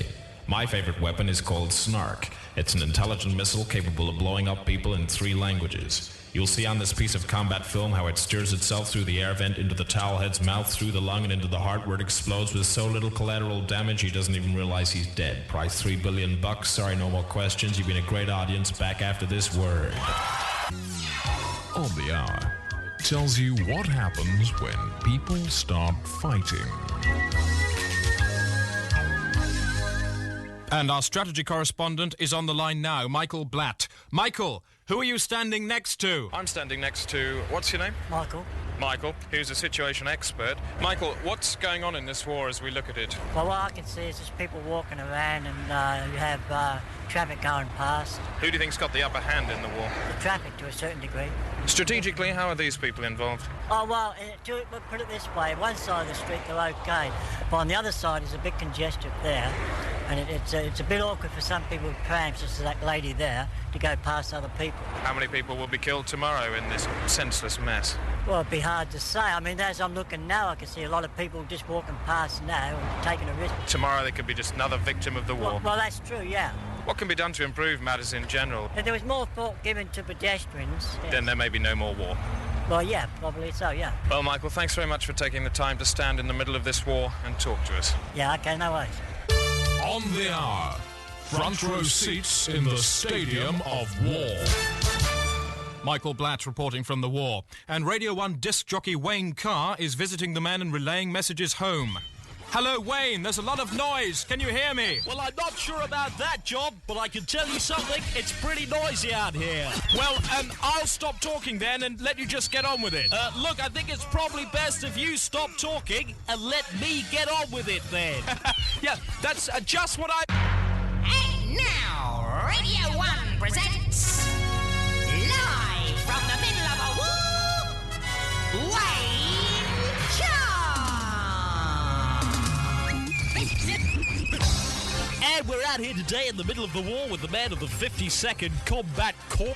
Got to tell you, they're a great bunch of guys, and we're getting along great guns, aren't we, fellas? Yes. Counting every single one of them as a genuine friend. And doing their request today, not allowed to play Puff the Magic Dragon because it reminds everybody of flamethrowers, but I am going to cram in as many of your dedications as possible because I've got a very strong feeling that most of you will, in a word, be shuttling off your brief candle in next to no time. All right, so what's your name? Private Colin Snope. I'm on the radio, mate. Nice for you to talk to me, Cole. And who's the beaver? Michelle Drebs. Michelle Norwich. So she lives in Norwich, huh? No stands for knickers off for anyone. I'll come home. Yep, I knew that all along, actually. Nice message for you there, Mish. And luckily that one was on tape because... And I'd change your name as soon as you can, Michelle, to protect your identity. You see, just a couple of hours ago, Colin was just literally blown apart by a rocket. You may be comforted to know his bloody head screamed something which sounded a little bit like your name as it flew through the air. And let's just hope that there's somebody in England you could, I guess, snuggle up close to and enjoy the comforts of carnal abandon with, in much the same way as you did with Colin. Let's face it, they're all the same with the light off. Meanwhile, it's time for us to collect up the remains and play.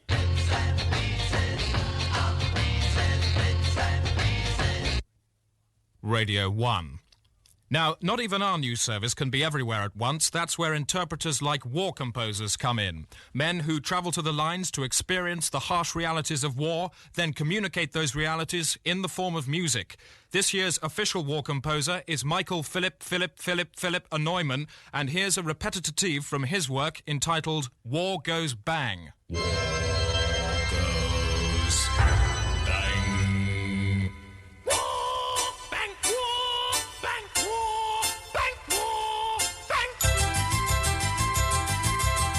There's a man with a gun in his hand shooting at another man who falls over with the shock of the slug hitting him in the chest. Dum dum dum dum dum dum dum dum dum dum dum dum dum dum dum dum dum dum dum is the name of the bullet used, having a notch cut in the tip to maximize the ballistic effect. 1 2 3 1 2 1 2 3 1 2 3 4 1 2 1 2. People get nervous and stutter.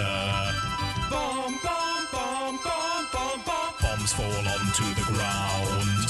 E-R E-R E-R. Donkeys get in the way. Da da da out of the mess. And the heavy question people always ask about war is, will it ever... The war. What's next? I don't know. Closing music. Just time for tomorrow's headlines. The Times, three-faced man in cowboy attraction racket. There's a picture there of one of the man's faces looking cross. The Independent lead with bark shop decisions leave Wessex in tatters. The Sun, Douglas turd. Today, opt for Soweto snooker troll provides wildlife hesitation. And finally, The Mirror, chopstick agony for sump attendant. On the Hour continues on this frequency. If you wish to hear Radio 4's normal programmes, here's a packet of sand and a piece of old skin. That's it. I am Christopher Morris.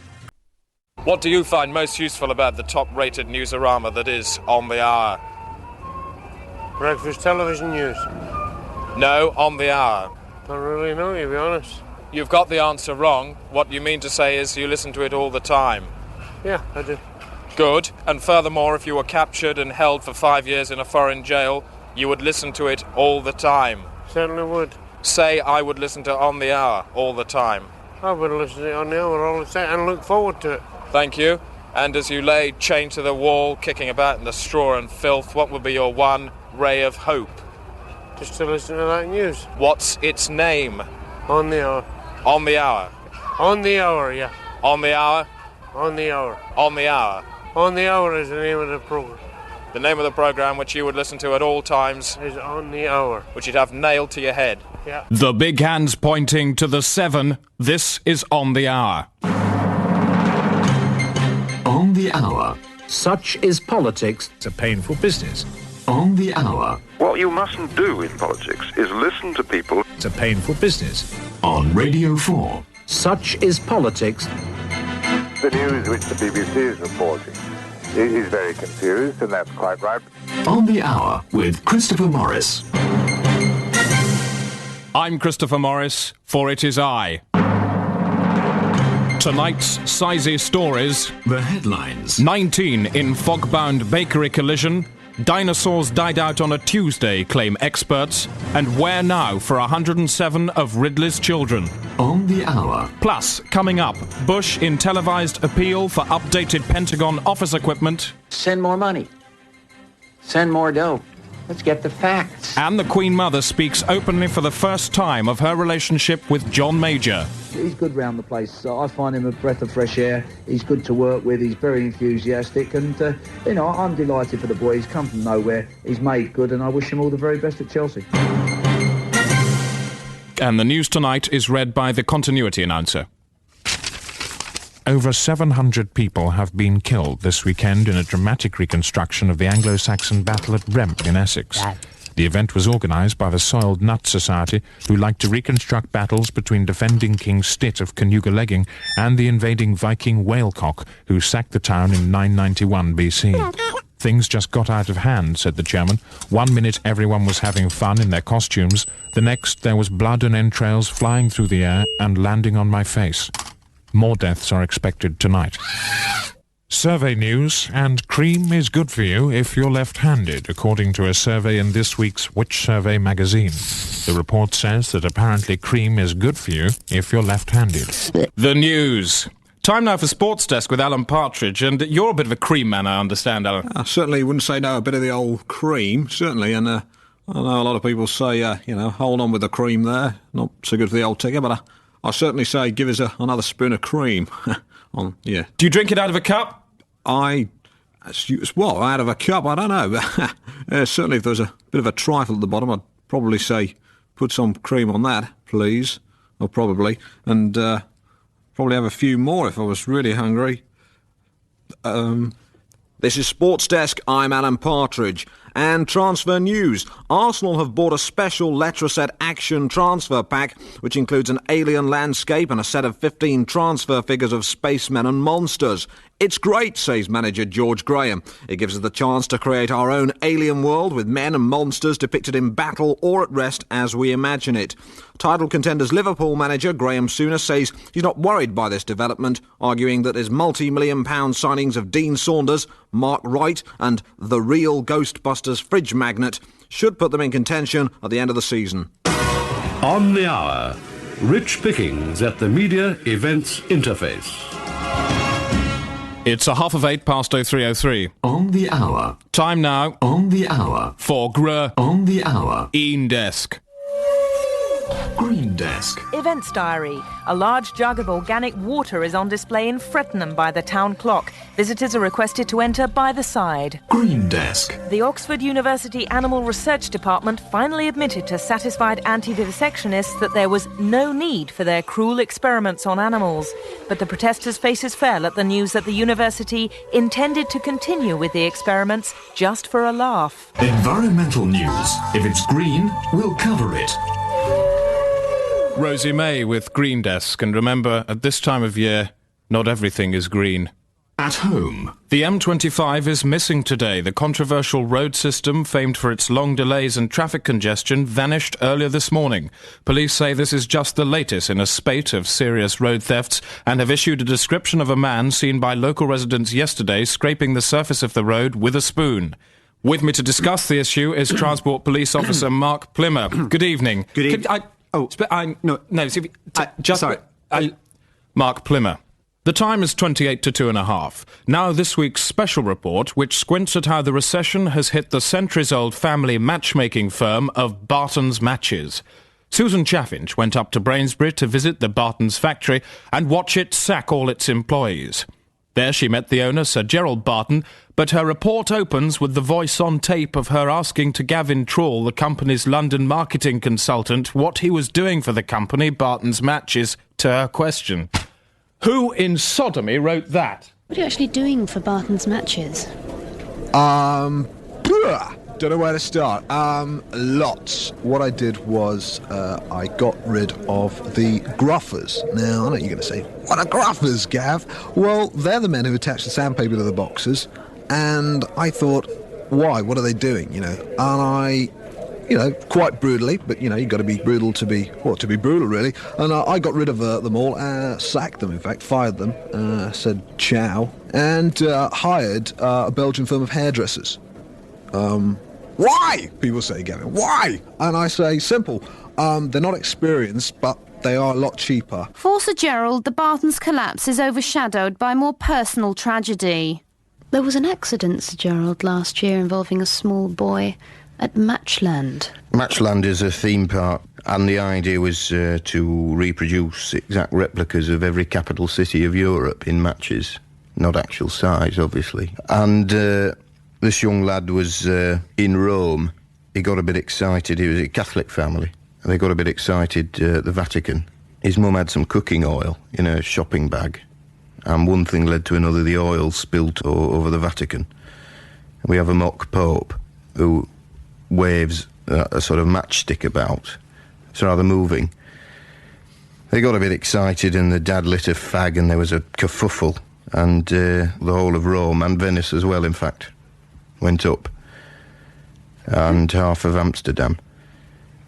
And the lad got caught in the blaze and got singed. Apparently there was a relaunch with Barton's Matches only a month ago. Can you tell me a little bit about that? The idea was a TV campaign which involved two muscular young people striding through a sea of flame, clutching a huge sword, and suddenly a huge flaming bee emerges from under their feet, and flowers and trees burst into blossom all around them. Fantastic, stupendous.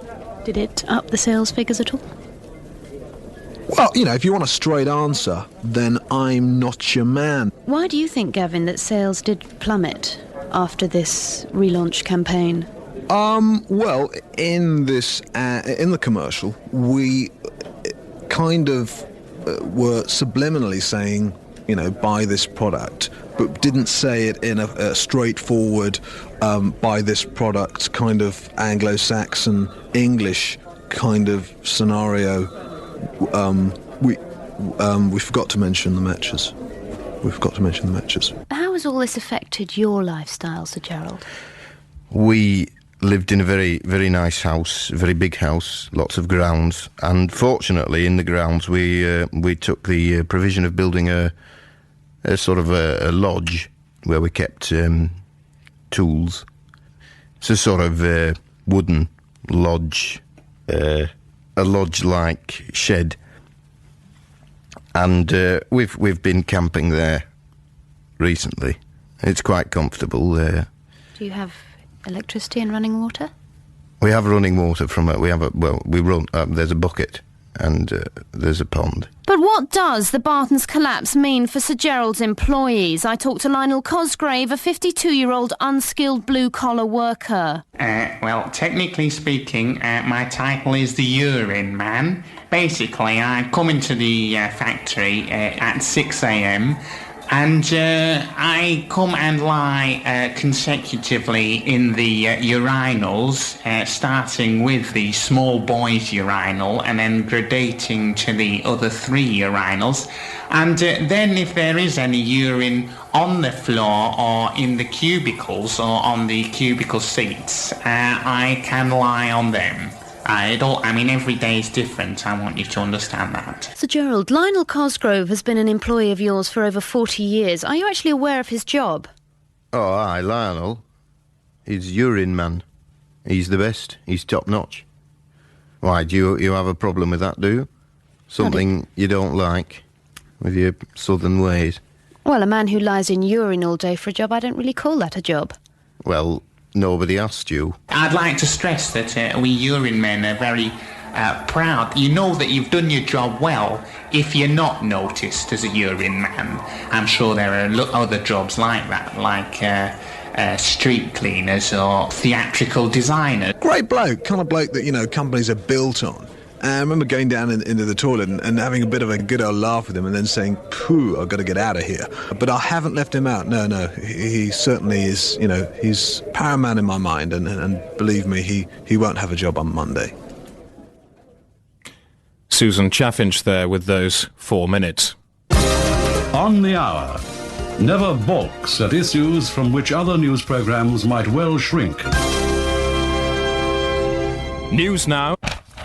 And we've just received this SOS message. Will Hippolyta Loudbasket, currently on holiday in Uxbridge, please get in touch with a doctor? You are seriously ill. And we're receiving news that gold fever has broken out in the Midlands after the discovery of large quantities of the valuable metal in the River Trent. Water supplies are being exhausted as millions of bounty hunters leave their taps running in the hope that large chunks of bullion will fall out and make them rich. If you want to know more information, phone the Trent Water Authority and say, "I'd like to know how to get gold out of my water." After the break, why the town of Dunstable is suing Tony Gubber for its lost stables. But first, this week's audio pullout. The next few minutes of airtime have been bought by Tab FM, the American station run by the Seventh Tabernacle Church of Reformed Adventists. The Tab, the official organ of the Seventh Tabernacle Church of Reformed Adventists. The Tab. Hey, you, young person. What do you think you're doing? There is nothing to do. None of the square grown-ups care about us kids. What's the blinking point? But there are some grown-ups who care. There are? Yes, and they've organised a meeting for all young people with rock and roll sounds, cakes and fizzy drinks. Fabbo? Where is it? It's at the Seventh Church of Reformed Adventists, Peckham High Street, right by the laundry. Oh no, a church? Boring. No, it isn't. Oh, all right, you've talked me into it. But what will this meeting involve? Young people, dancing and singing to the beat of the Goombay Dance Band, painting murals about their lives and experiences on walls, not being hassled by adults unless they really step out of line in some way, playing ping pong and wearing whatever clothes they like, even slacks. It's up to you. Then after, we'll talk about God for a couple of hours. But it'll be interesting and fun, though. Yeah, it's just the kind of thing I'd choose to do if I had any choice I wanted. Oh, but hold on. My friends will call me dull. Don't worry about what they say. It's you who's important. And in any case, they are the whorish sons of Satan who are going to burn in hell. Oh, great! Well, I guess I'll see you at the meeting. Protect your property. Protect your family. Protect your faith. Ward off homosexuals and liberals with this. The Seventh Tabernacle Church of Reformed Adventists liberal and homosexual scaring device. Scares liberals and homosexuals and consistently repeats the warning. Liberals and homosexuals, go away. Liberals and homosexuals, go away. Can you afford to be without it? $45.89 only, the price of security.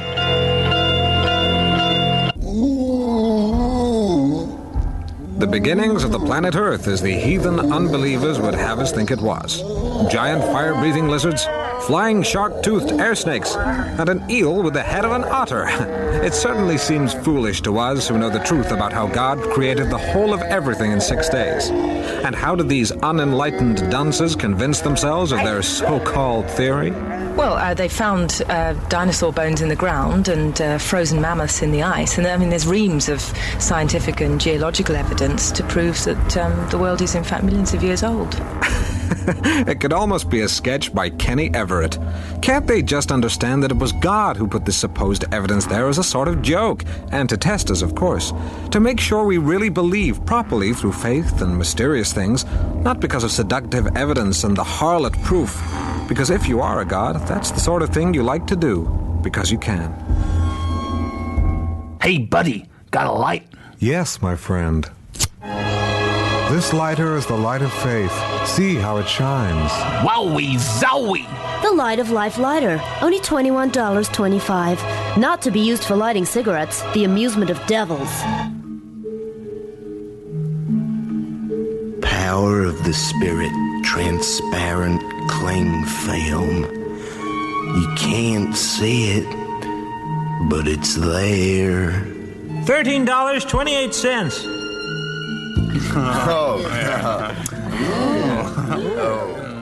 People doing sin. The fools. Don't they know what's going to happen? Haven't they read the Revelation of St. John? He says, in the year 1999, the world will be run by a computer called Satan, a clever concealment of the name Satan.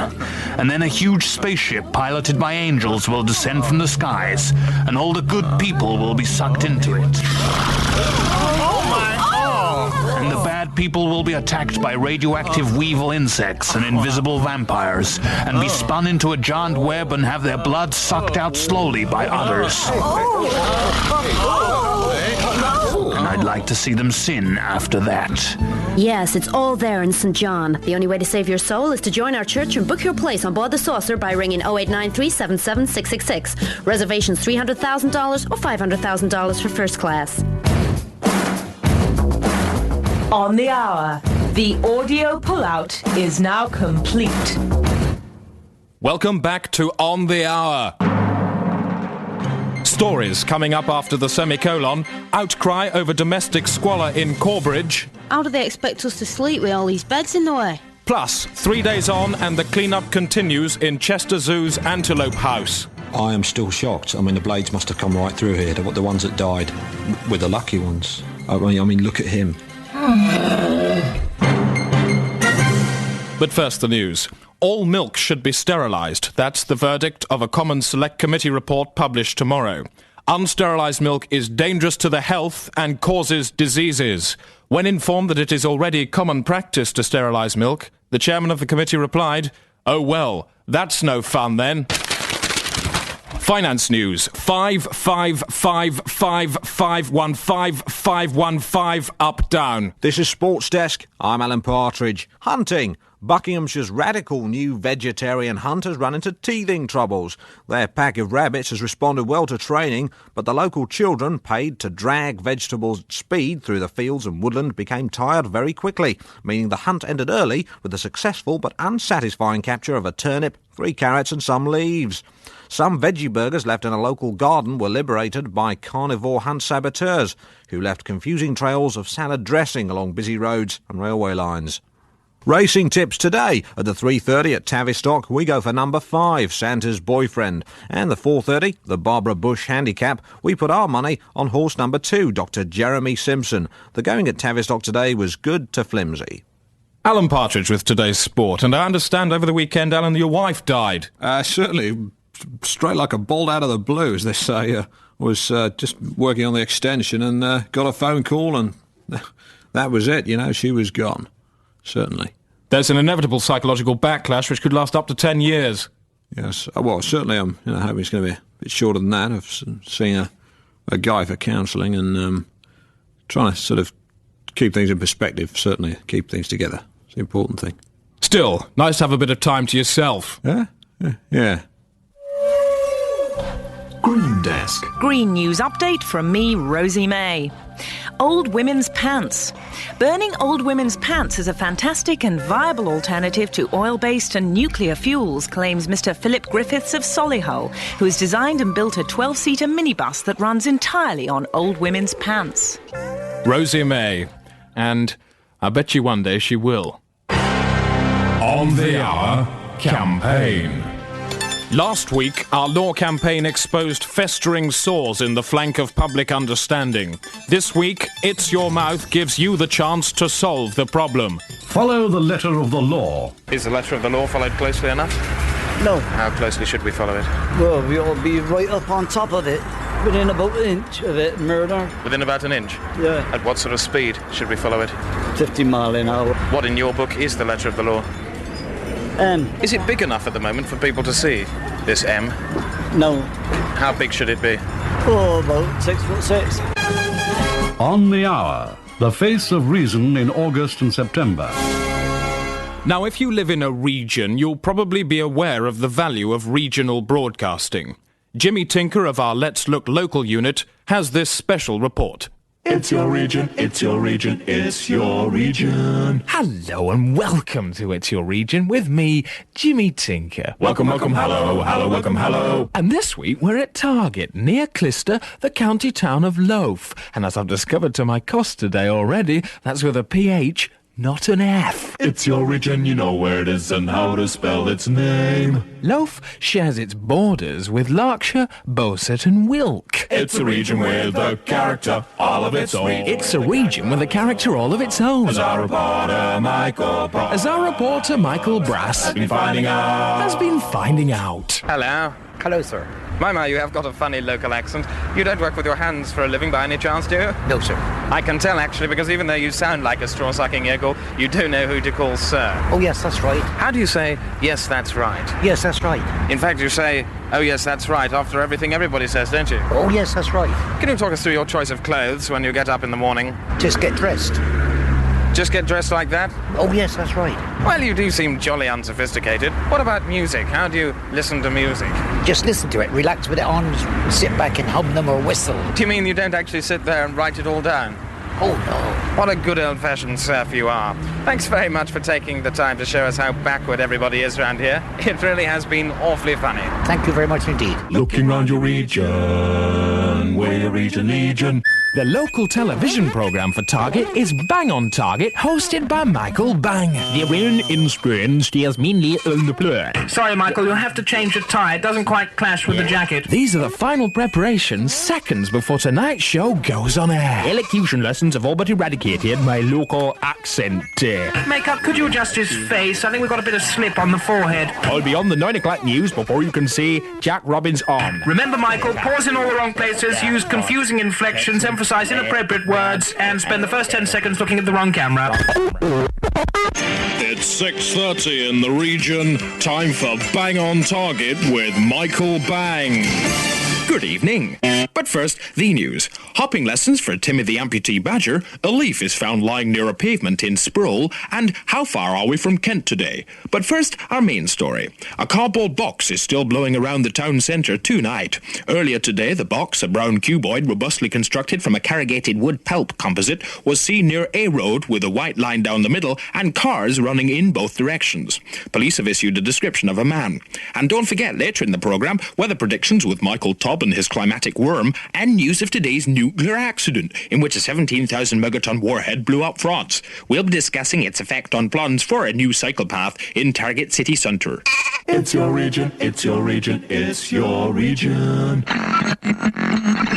Indeed. Hi there with me, Chaz Malibu. Target is served by a radio station called Tag FM. Tag FM. Tag FM, that's talking in good with good morning, good music and good telephones. Tag FM boasts both a mixed schedule. Chaz. Later, Chaz Hologram with Good Day, Good Afternoon with Chaz Cheese. Chazovation brings you religion with Good God. And tonight, Chaz Cancer checks out some of your best bereavement stories in Good Grief. Tag FM. So what's the secret to becoming a truly successful regional broadcaster? Let me tell you about what's on the show tonight. We shall find out the secret of a really good portion of fish and chips. Mike Darbo, ex-singer of Manfred Mann and host of a daily regional show in the West Country. We find out from a Cheltenham milliner what it's all about. An example of Mike's Everyone a Winner daily formula. I phoned him up to see if he could give me the answer. Michael, you're a well-known name around the region, opening fetes for diseased charities. Yeah, well, of course, I mean, the background to me is the music. You had a hit record, didn't you, with the Mighty Flan? Oh, the Mighty Quinn, you mean? Don't contradict me if you don't mind. What about your radio programme?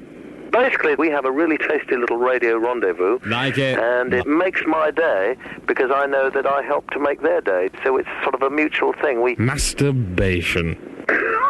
Yeah, it's the next best thing to making love, I can tell you. Yes. But at least I can express more of my personality. For which you need a lot of room. Yeah. What's the secret of being a really successful radio personality in the region? I think the reason they like me is because I'm a nice guy. Well, that comes over. You won't find this offensive if I actually read out a letter I got today. No. I'm not going to give you her name, but it's a lady. She says, I wonder if you realise what comfort the radio is to people distressed or alone. I find nighttime horrendous. I turn on your voice and I feel it gives me comfort. That's the most moving thing I've ever heard in my life. Yeah. Perhaps we could pause for a few seconds just to think about it. Yeah. Shut your face then. Seems like you're a bit of a message merchant, Michael. Do you have one for us now? I feel sometimes that we're stuck away in local radio, and what we want is a wider audience. So if there's anybody who wants to give me a bit of national radio, wouldn't go amiss. Well, if you thank me nicely, I'll see what I can do for you, Mike. Jimmy, thanks for the company. We'll talk soon. On the Hour, the world in a tablet. Just time for tomorrow's weather. Over to the Weather Centre now with Frank Green. Good evening, Frank. Good morning, John. A lot of dry, bright weather today with a ridge of high pressure over the British Isles in southeast England, in Wales and northwest England, the extreme north, in East Anglia, the Midlands, Northern Ireland. It'll turn out to be very warm too, up to 24 Celsius, 23, up to 22 Celsius. A warm day. So this afternoon and this evening will be this morning. Inland fairly warm. Even so, quite a warm day with the extreme north and the extreme south. It'll be a dry day, and a dry day here, dry with some evening thunderstorms. And that's the weather. Closing music. Just time to have a look at tomorrow's papers. The Times, exhumed man wins free haircut. The Independent, orange-fingered scientists aim to grow cauliflower cheese. The Mail, 49 squid wrestle for sandwich. And The Economist, horse theft twins suspended from textile apartment. There's a photo there of Tony Gubber. That's it. Good night. So, a couple more stories actually in the later sections of the pages. The Mirror there with 32 of them pages. The Daily Express, slightly thicker and heavier at 51 pages. Some of the newspapers are quite shiny.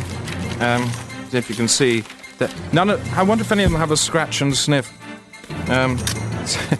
It's actually, so Mirror seems to be printed upside down as well. God's trousers. And On the Hour returns next week with the very latest on the Penelope Keith ride. My hand's pointing to the 12. I am on the hour.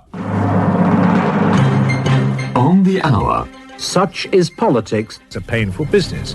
On the Hour. What you mustn't do in politics is listen to people. It's a painful business. On Radio 4. Such is politics. First of all, I've said consistently that the recovery will be in the second half of the year. I've said that time and time and time again. Tentacles. I'm Christopher Morris. Good news. Today's crust. The headlines. Panic as European average falls below the European average. Defrocked cleric eats car park. And it's war, says Prince Harry. On the hour. Plus, coming up, Douglas Hurd outlines government plans to convert Kenneth Clarke into a car. We decided on the suspension. Cross-party support as Paddy Ashdown test drives the minister. What comes first is manoeuvring. And Kenneth Baker tells us why Clarke will become Britain's biggest-selling family car. You look at the pictures of it.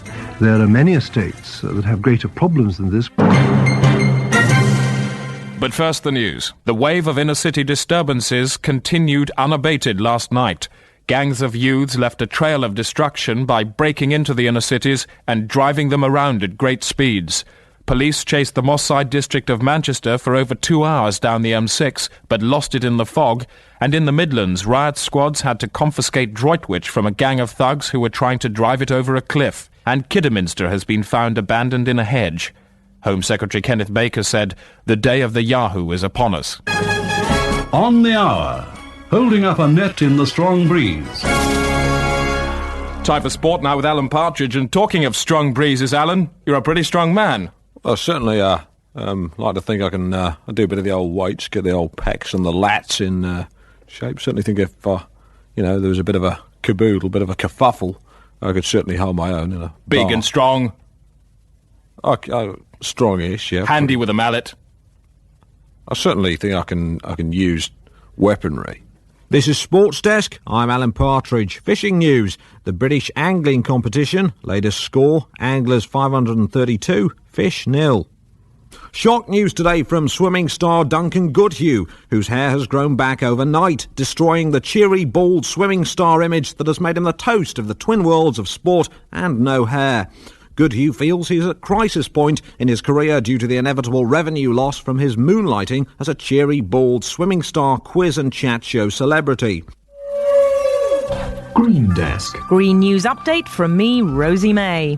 Events Diary. There's a fungus foray and mushroom vigil in Dulwich on Sunday. Meet at 7 o'clock by the dump. Green Desk. Weaving. Weaving might be the homemaking science of the future. A trip to the new environmentalist theme park Weave World near Cardiff shows how rushes can be woven into houses, hats, helicopters and imaginary friends.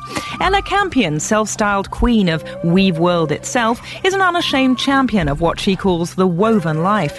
Her home, her bicycle, her bed linen, even her hair and pants are all products of rush weaving. Environmental news. If it's green, we'll cover it. And remember, green is the colour of mercy. In a moment, news of this week's prime story, the World Summit on the Future.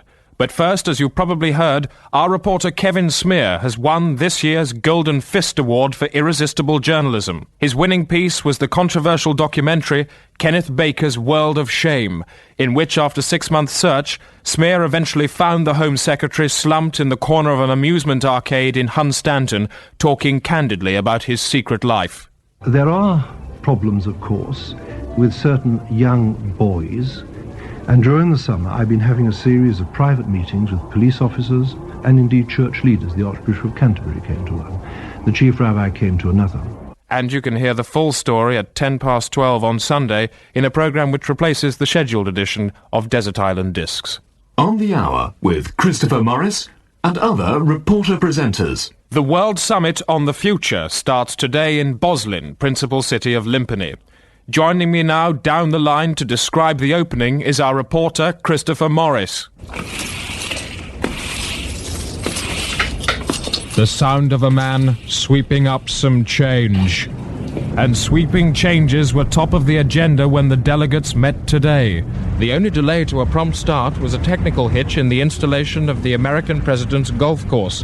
The difficulty arose because, in accordance with internationally agreed specifications, the summit is taking place on a boat. That settled, the delegates filed into their log cabins and began debating whose log cabin to use for their meetings and whether to feature a real or gas effect roaring hearth for the television coverage. Then, under the watchful eye of the vagrant caribou demanded by the Eskimos, the giant meringue sculpture of Hercules, and the traditional bucket of wasps, the delegates began the conference according to the agreed protocol.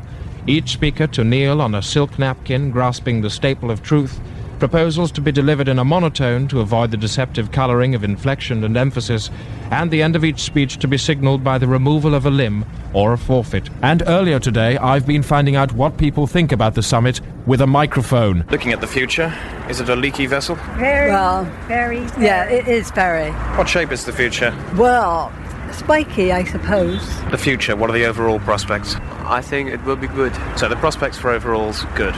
Yes. Blue, black, red or green? Blue. You'd go for blue overalls? Yes. On the hour. Current affairs broadcasting melded with the broadness of life. I want to know is who left this potato in the way. Tennis now, and with 38 weeks to go before Wimbledon fortnight, here's a special report on the state of British tennis with our correspondent David Highness. With only 3.5 months to go before Wimbledon, it seems an opportune moment to examine the state of British tennis today. Britain currently has 3 world-class players on the circuit, seeded 674th to 676th. Britain's tennis coach, Julia Courtney-Hayhoe, takes the credit for this achievement. I spoke to her at the Virginia Wade Tennis School in Surrey. Now, if you look back, Virginia Wade won in 1977. And if you look forward, we can see that all our players look terribly, terribly smart. They have good haircuts, they have nice thighs. British tennis is doing very well, actually. Now, Virginia Wade won in 1977. But 87-year-old Stan Naylor remembers better days. He was Wimbledon champion from 1921 to 29. What was the competition like? Well, who were you up against? Well, it was pretty bloody stiff. There was Jenkins, of course, who I was at Oxford with. He was a fellow blue. And then there were the Cambridge boys, Jones and Jones. They were brothers. And the 4 of you were at the top of your profession? We were the profession. You were that good? Well, we were the profession. I mean, there was no one else. I'm sorry, there were only 4 in the entire competition? Yes, I think you could say that. I see, so there were only 4 seeds, there were only 4... No, 3 seeds. 3 seeds and a 4th, a googly. For an insight into modern-day training methods, I joined a typical session at the school. I'm with Roger King, who's supervising one of the modern-day training sessions. Roger, the methods look a little unorthodox. Can you talk us through them? All the players in the team there, they all have their ironing boards, an ironing board each.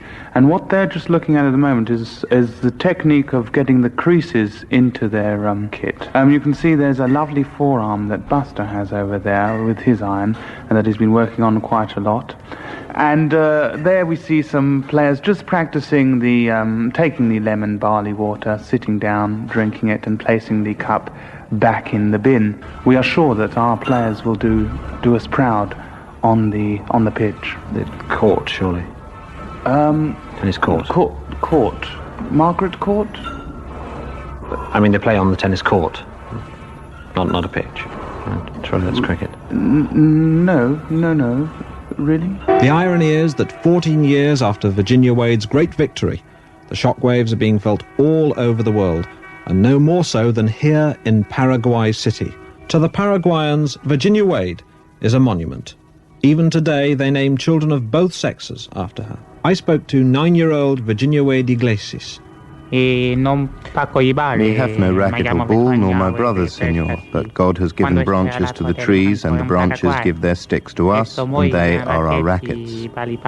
So, what are our future prospects? Susanna Sharper is the school's most recent graduate. She has just played 3-year-old Bolivian girl Monica Perez de Cuellar. How did she fare? Yeah, I was beaten to love. I mean, I didn't score 1 point, but it was quite a good game. And how do you feel about her approach to the game? Well, I thought she looked terribly sloppy. She didn't drink hardly any barley water. I drank much, much more than her. And she had these rather chunky brown thighs. And she had hairy armpits as well, and I frankly think she should have lost a lot of points on style. I mean, she kept hitting the ball where I couldn't get it. Do you think perhaps you have anything more to learn about the game? I think she has. I think she could wash her kit. On the hour. spooning the more important grain from the news hopper.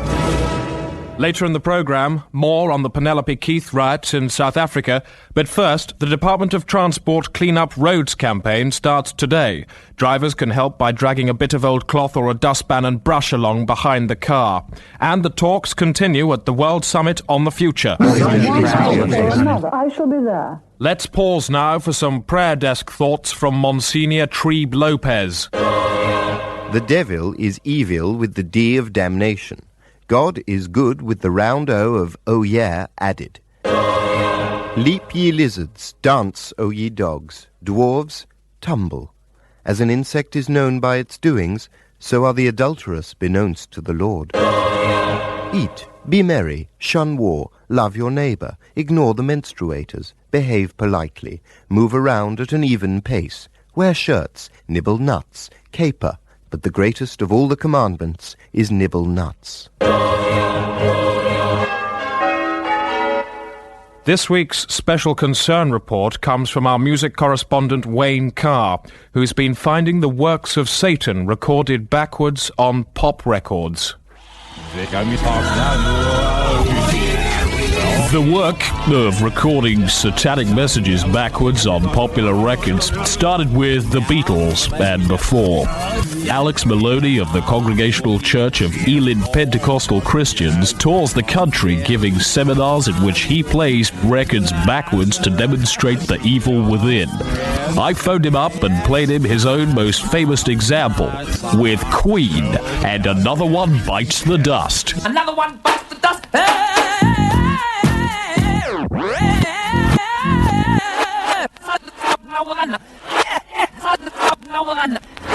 Alex, let me ask you, first of all, how does it feel when you hear that? There's, how can I explain it? A quickening in my spirit. What I'm actually hearing is it's fun to smoke marijuana. The spirit behind the intention is definitely from a satanic force. Well, this next shocking example is from Madonna.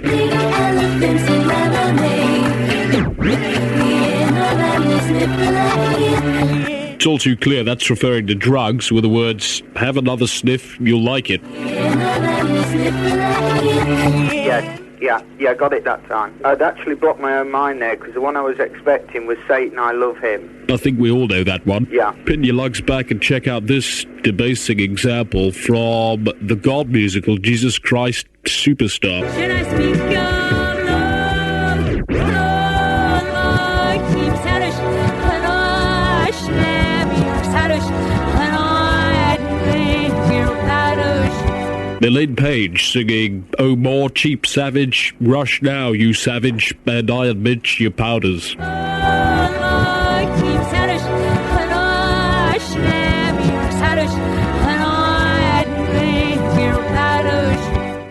Yeah, it's there. It's definitely there. I think what we're seeing is the net is being thrown even wider. Satan's vomit has penetrated a long way. Very much so. They're drawing the youngsters in. The sick pilot whales of the record industry. Very much so. And it's been going on ever since the Beatles and before. Have you come across an example before by the vocal mega-crate Phil Collins?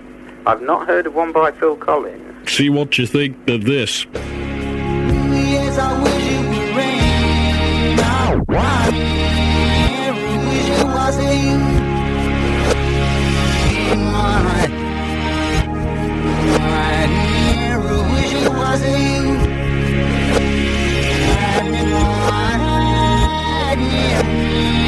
Yeah, I got heroin in. I certainly got my heroin in. Bang on the bonds, my heroin was in, and in my corgi's knee, which can only imply some kind of grim, bestial drug fixation with a dog that he's probably shagging.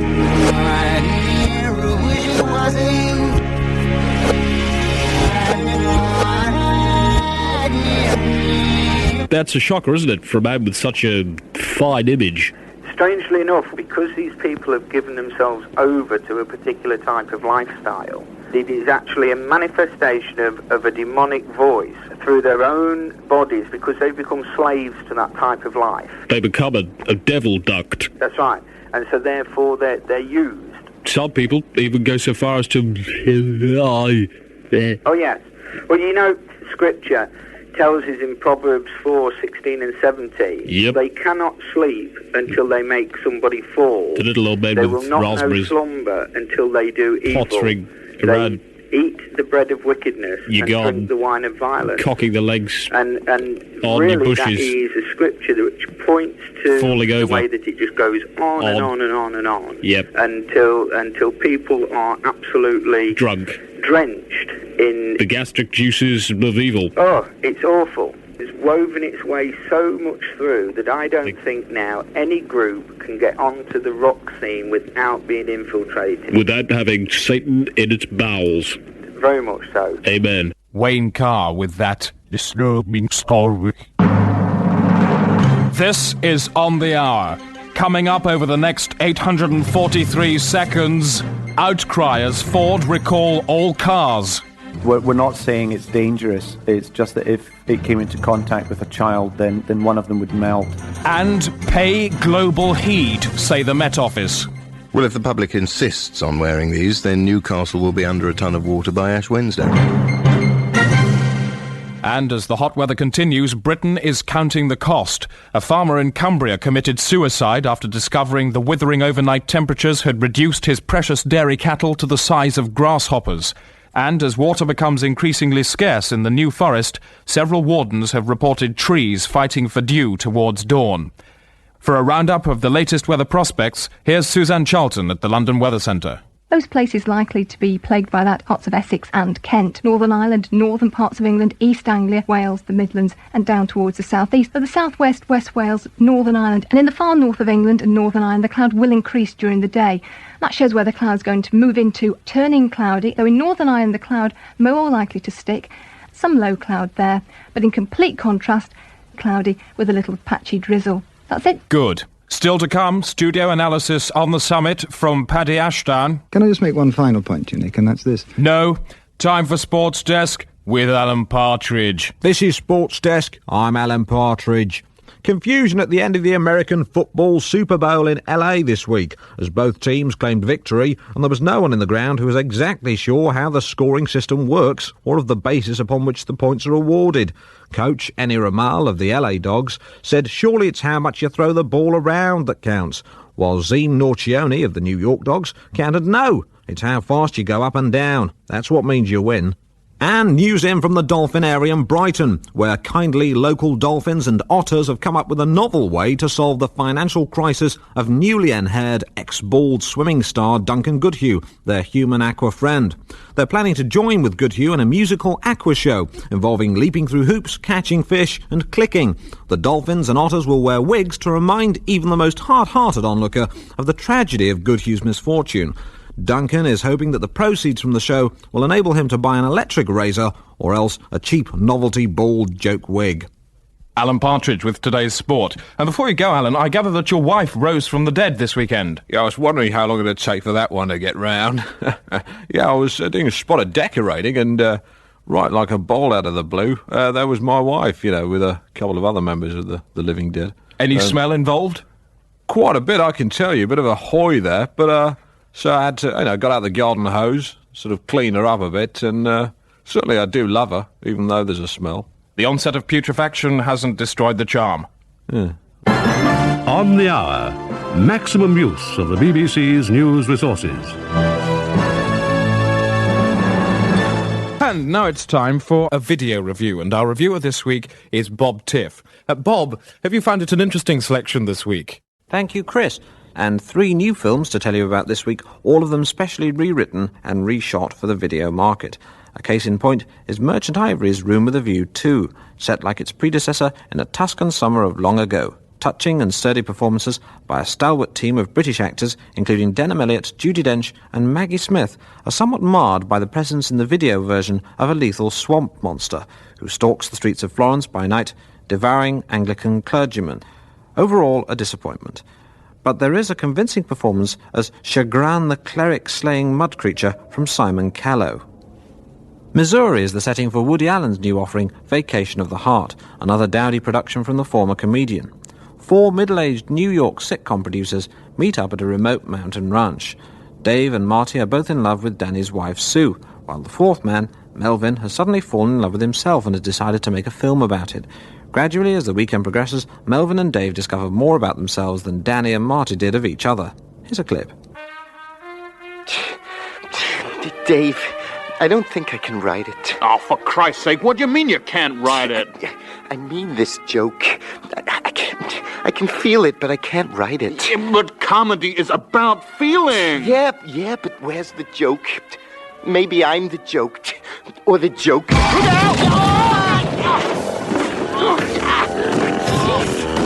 He's axed my arm off.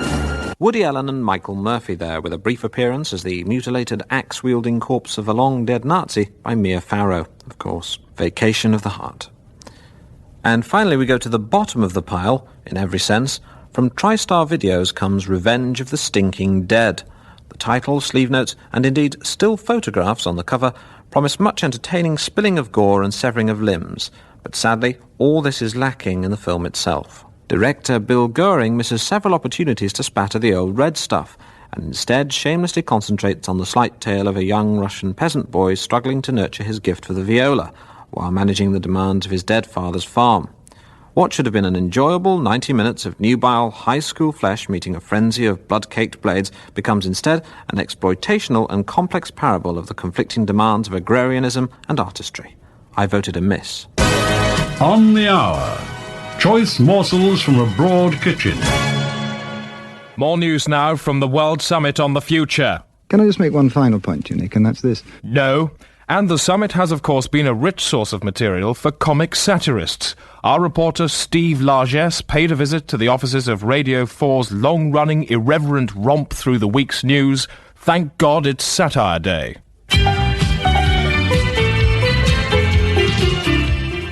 It's 11 o'clock on Wednesday morning, and I'm holding in my hand a blank piece of paper. But by Saturday evening, not only must this page be full of thought-provoking topical jokes, but those jokes must be broadcast on the radio to be heard by us.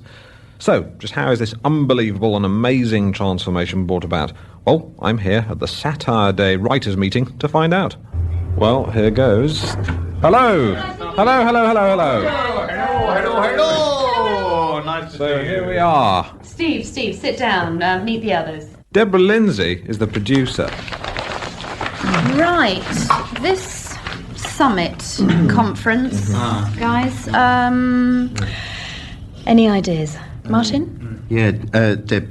Well, I was thinking it through last night. It just seemed to me like quite a clever angle if we sort of took it back to Robin Hood and like we portrayed Gorbachev as Robin Hood and connect that with, like, John Major could be the Sheriff of Nottingham.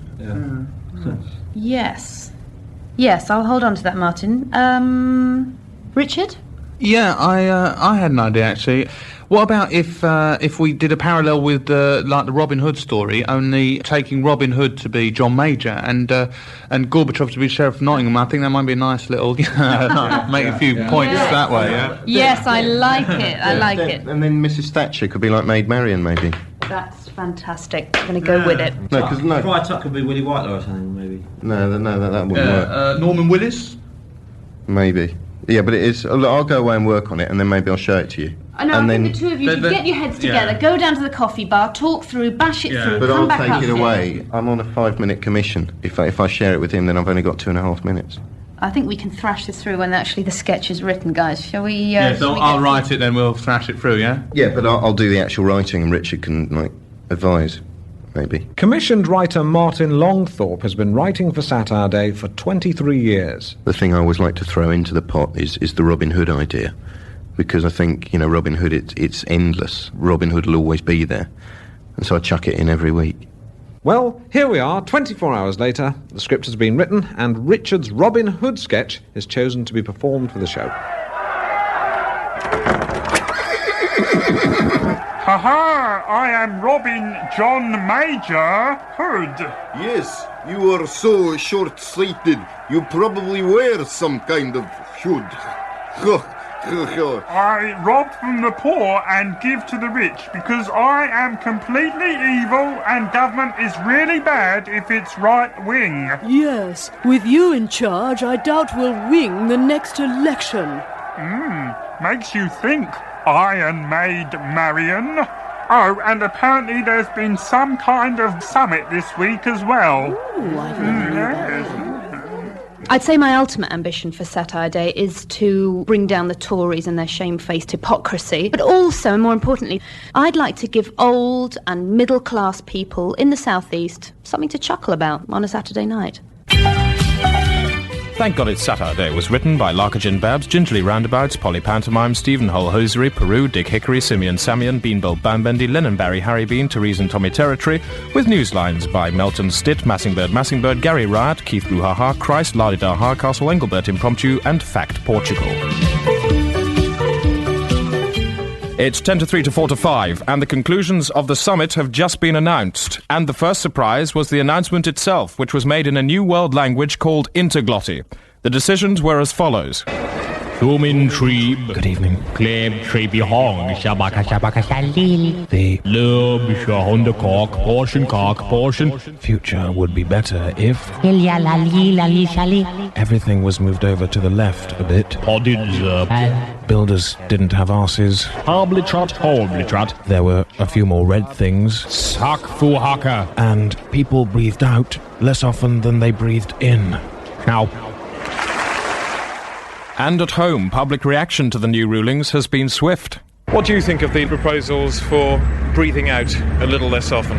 I would think you're barking up a sticky wicket there. And say for every 20 times you breathe in, how many times should you breathe out? About 10. What do you think of the very latest proposals to make a few more red things? Well, I don't think very much, really. I don't like too highly coloured things. So what do you think of the let's make a few more red things society? I expect it attracts the younger people, but it doesn't appeal to me so much. Well, there's enough red things about in there. Are there? There's enough red things about, like fire engines, post boxes. What could be the danger in having too many red things? Well, if you have too many red things, your eyes start going. How many more red things should we be allowed? Oh, about 3 or 4. A successful end to the World Summit on the future. Can I just make one final point? No. Closing music. And it's time for a look at tomorrow's headlines. The Times, farmer loses piece of straw in unexpected gust disaster. They're devoting 12 pages to that story. The Telegraph, Penelope Keith riots end in shaving contest. The Independent, Tory backbench in sword fight with devil. There's a diagram there of hell. And The Sun, Princess Di's hair dishevelled by 7-inch tornado. That's it, and wherever you're going, hello. Hello to you, Chris. On the Hour starred Chris Morris, Steve Coogan, Rebecca Front, David Schneider and Patrick Marber. It was written by Chris Morris, David Quantick, Stephen Wells, Stewart Lee, Richard Herring and Armando Iannucci, who also produced it all. That was the last in the series, but don't worry, because if you're a fan of Chris Morris, then next week we have this. When you're sick, so sad you cry. And in crying, cry a whole leopard from your eye. Sad memory. If you angry so mad, ye tongue burst and mouth juice run, gallbladder bitter. And when you are inside the infinite misery jumper, pulling it over and over your head with no hope of ending, 'cause it's replicating at the waistband, and you never get out. Then ye welcome. Oh, then ye off welcome. In blue jam, blue jam, blue jam, blue jam, blue jam. And Blue Jam will be here next Friday at 11 o'clock. This is On the Hour at Christmas. Mary, Joseph and the news. On the Hour. Such is politics. It's a painful business. On the Hour. What you mustn't do in politics is listen to people. It's a painful business. On Radio 4. Such is politics. I think it is increasingly accepted that a country cannot pursue policies. I think we're extremely unwise to raise this question. But Mr. Scargill didn't have the floor with him. On the Hour with Christopher Morris. And I am here. The top stories on the day the world was saved. The headlines. 7 million Italians in elastic bishop stampede. Left-wing footballer shoots cat. and expandable fruit in creeping neck unpleasantness. On the hour. Plus, coming up, why Christmas this year has gone with a bang for the people of Reading. It was about 20 miles away. You could hear it very loudly. For two very loud bangs, one after the other. Then one of the reindeer landed very near me on my mother. And in our regular feature, It's Your Mouth, we feature public opinion on animal cruelty. What do you think of shooting horses? Well, one hardly shoots horses for sport. What does one do it for? Presumably, only if necessary. And who should they be shot at? Well, presumably a qualified veterinary surgeon. And a very full Christmas, especially to you. The main story this morning. Northamptonshire County Council has admitted that the village of Spratton has been lost. The disappearance was discovered last night by terrified Wassailers who reported that the road leading to the village just ended in a sort of gap. The vanishing follows several reports that the village had been working itself loose around the edges. Meanwhile, the council has issued an emergency statement in a bid to prevent a full-scale panic. It says that friends and relatives in the village are still contactable by phone, but they do not know they have been lost and must on no account be told. On the hour. Delivering the news goods in the season of good news. In a moment, a seasonal thought for the day from Monsignor Trebe Lopez. But first, Ani Domino 1992. What kind of year was it? Who's been and gone? And what exactly happened? Behold, part 1 of the On the Hour Year in News.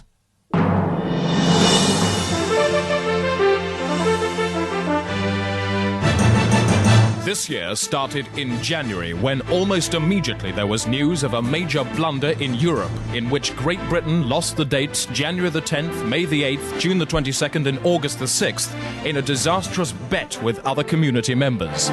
The wager, made when the British delegate ran out of money at the Brussels Dog Stadium, was lost outright, with the Germans, French and Spanish gleefully adding the extra dates to their own calendars and laughing at the now sadly diminished 361-day British year. February, and more difficulties for Mr. Yeltsin as his enemies in the Kremlin brought the struggling Russian government to its knees.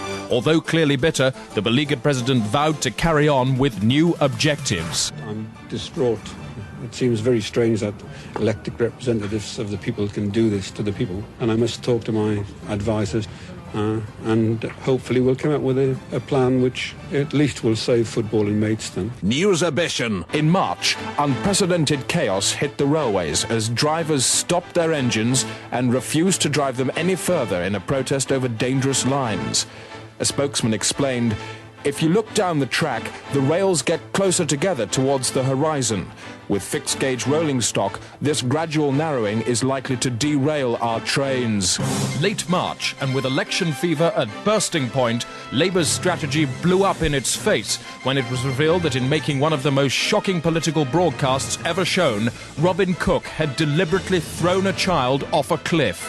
364 yesterdays today. August the 18th, and a dark night for the film world when at a dinner to launch his new film Chaplin, Richard Attenborough stood up and exploded.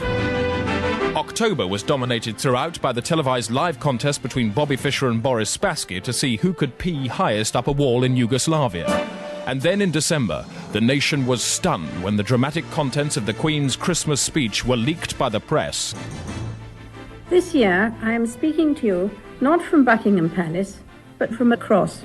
And it was from this house that my grandfather, King George V, and my father, curiously enough, used to service men and women. Part 2 of our news review in about 738 seconds. And if you've just joined us, it's Christmas. Christmas is the time of year in which much concern is expressed over pets given as presents. To discuss the issue, we've booked a line enabling us to telecommunicate with RSPCA representative Cindy Peters. Hello, Cindy. Sandy. S-A-N-D-Y. Sandy. Let's stick with Cindy, I prefer that. Cindy, the big RSPCA manager. Yeah, hip bath. Hip bath? Sorry? No problem. Let's start from basics so everyone knows what we're talking about. What is a dog? It's an animal that actually lives with people. They all have hair, don't they? They've all got some fur on them. Woof. What problems arise when a dog is given as a gift? The problems arise is the person who's given it hasn't even thought it through of whether the person would actually like it. This is really very bad behaviour indeed. Well, yes, I mean, it is. It's absolutely thoughtless that people are still, even today in 1991, giving animals as pets. What small percentage of the brain do you reckon's involved in this thoughtlessness? I think that there's hardly any thought gone into it. Less than 5%? Well, yes. So, if you do give a dog as a present, what should you wrap it in? A dog shouldn't be wrapped in anything. This is what a lot of people forget. What about if it was in paper that smells of a dog? No. I mean, the animal, the dog has feelings. We don't wrap a person in a box with a pretty bow on the top. Now, if somebody does receive an unwanted dog, the best way to get rid of it must be to dump it on a motorway. I honestly would say that it's just disgusting, and it is not an effective method. There are other ways of being effective. There are dual carriageways as well? Yes, that's right. And railway lines? Yeah, I mean, people throw them out. How can you get rid of it? You've got Animal Concern, you've got Canine Defence League, you've got voluntary organisations. Yeah, well, I must say I'm not surprised. Sorry? I'd always had my suspicions about those kind of organisations. Thanks very much for joining us, whoever you were. On the Hour, facing the facts from a bowl of bread sauce. Now, Christmas may mean a time of rest for most of us, but for some, it's just another hard day's work. Our team of out-and-about reporters has been scattered far and wide to seek out the heroes without whom the country would grind to its knees. First, Jimmy Tinker has been to Leicester. That's absolutely right. I'm talking to some very special people, and here's one of them. Hello. Hello, how are you? What's your name? Stan. Well, Stan, the reason you're special is because, while our present wrappings are lying about deep and crisp and even, yes, you here will be hard at work. Now, what work will you be doing on Christmas Day? I'll be home on Christmas Day. What work will you be doing on Christmas Day? Very little. Very little. Nice joke. Now, when you come along here on Christmas morning, what time are you going to start work? Christmas morning? Yes, that's right. No, I shan't be here Christmas morning. You're wrong, really. Oh. Jimmy Tinker. And Rodney Pugh has been at large in Bristol. Well, of course, that's absolutely right, you see, because I've come down to Hospital Porter HQ with someone very special. What's your name? Harry. And you're very special, aren't you? Because while we're all enjoying Christmas, with the wrapping paper lying about deep and crisp and even, you'll be working extremely hard. So at 9 o'clock on Christmas morning, you come in here. No, not here, no. Must be at home, I hope. So you're not working Christmas after all? No, I should be at home. Well, despite all that, hello. Hello. Green Desk. Green News update from me, Rosie May. Sweat. Scientists at the International Sweat Research and Smelling Centre, Diyarbakir, Turkey, have stumbled across an amazing new fact. Apparently, far from trying to eradicate sweat with newfangled deodorants, we should actually encourage it. Sweat contains special gases of some kind that help the ozone layer. It's no coincidence that the sweatiest people on planet Earth are the French, and that the ozone layer is at its strongest directly over their capital city, Paris. Green Desk. Have sex with me and save a tree, says Lombard Gnarly of Vancouver. He invites anyone to have sex with him and save a tree.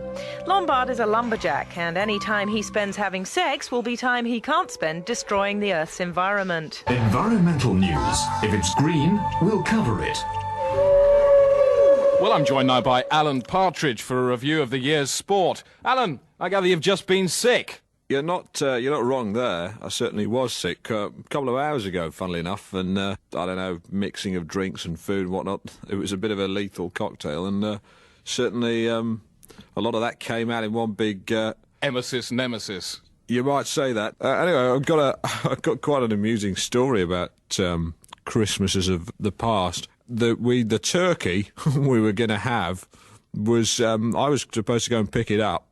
And I put it in the back of the car, which was going to take it to... Can you hurry up, please? We're running out of time. Yeah, I'll just hurry. And put it in the back of the car, and it was the wrong car. So this car drove off, the wrong turkey in. Yeah, just went... we never saw it again, basically. We had to get another one. We had to buy another one. Is that what happened? Is that all that happened, then? You just put a turkey in the wrong car? Yeah, it was at the time, you had to laugh about it. Surely there must have been something else which happened, which made this event worth recounting. It was a long time ago, isn't it? I think something else probably happened, like someone fell over or something. Yeah, it was very funny, yeah. I seem to remember now. It's coming back. Someone did fall over. Yeah. Happy Christmas, Alan. Yeah, thanks, Chris. Oh, dear. Well, on that cheery note, let's have a look back at some of the other cheery events. Thanks, Chris. I feel a lot better. Start the tape. I wonder who it was who said, if a week is a long time in politics, then a year is 12 months in sport. I wonder. I am Alan Partridge, and this is my year of sport. Welcome. You join us here as Manchester United and Liverpool, the two giants, battle it out at the derby, or, well, not near derby, of two teams who are quite close, battling for the prize, which is a result, in this case, down there on the pitch. And I've got to say, it's foggy, very foggy. It's adding, in a way, to the atmosphere. The fog here hanging like some sort of grey flannel, dirty grey flannel hanging here on a sort of, if you imagine the pitch is a towel rail, obviously a big one, big towel rail with a big grey flannel hanging. I can't see much. That's the main problem here. A lot of fog, certainly hanging fog. A great match. Earlier on this year, my wife said to me, Alan, you've gone to the dogs. And in a way she was right, because what a magnificent year it's been for dog racing. And they're off. Number 5 straight into the lead there. A very well-bred hound running there right in front of the other dogs. There's the rabbit, or the hare, whatever. He's after that. Not a real one, of course, thank goodness, as these greyhounds or whippets, whatever they are, doing really well. All racing round in a corner. Thank goodness it's not a real hare or a rabbit, because I tell you, I've seen some of those things happen. I've seen some of those poor old rabbits and hares, and they just get hold of them and tear them to pieces. Not a nice thing. Just tear them, little bunny, all being torn by dogs. Horrid. Anyway, there they are, round the course. And I'm just so relieved it's not a real rabbit, honestly. Because it's just not right. Some of them live for hours. It's terrible. Anyway, and here they come. In motor racing, the cars were truly on form. Formula One style. Mansell closely followed by Prost, followed by Senna, Berger, Piquet. Mansell's held it all the way. It's very difficult to see how he can lose the lead now. Yes, I'm right. Yes, I was right. He's still in the lead. Mansell is in the lead, followed by Senna, Prost, Berger and Piquet, and some others behind them. Some foreign but quite good racing drivers following him. Amazing. But here comes Mansell. He's still in the lead with Senna and Prost and Berger, just like before. In the same row, and Mansell looks like he's going to win. Through the chicane. On all the others, through the chicane. Amazing. Mansell, Senna, just the same. Amazing. Through the chicane. Through the chicane. Amazing. This is Alan Partridge, and these are my sports. They've been good, they've been fast, they've been clean. Let's keep it that way in the coming year. Goodbye and good sport. Fine and just sentiments, Al. Cheers very much indeed. On the hour, still very much concerned with important events, despite the seasonal levity. The time is 3 from the first quarter with minutes. In a moment, news. But first, over to Suzanne Charlton at the BBC Weather Centre. I gather we're in for a rather mild day today, Suzanne. Strong winds, yes. It's going to feel rather chilly. Temperatures 14 to 13 to 15 to 16 to 70 degrees Celsius, generally about 12 degrees. Some sheltered eastern areas seeing a fair amount of sunshine in between a few whales. They're quite heavy. The bulk of them coming along later in the day to the north. They'll really gather together to give prolonged spells of whales. Could cause some structural damage. And by this evening, over the top of the Snowdonia, there could well be some degrees. Thank you, Suzanne. And now the continuity announcer has news of Radio 4's programmes coming up later on today.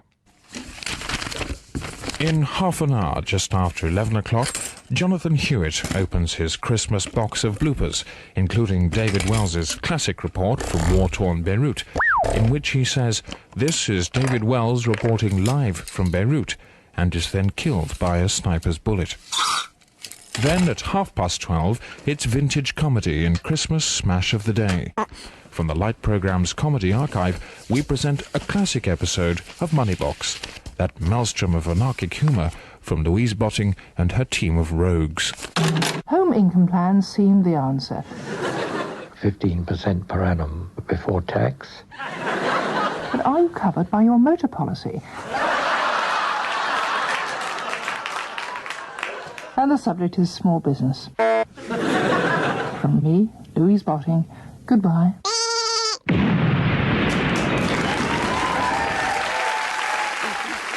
Louis Botting, Louis Botting, Louis Botting, Louis Botting, and her fiscal totting will stop your finance clotting, so you can afford to go yachting.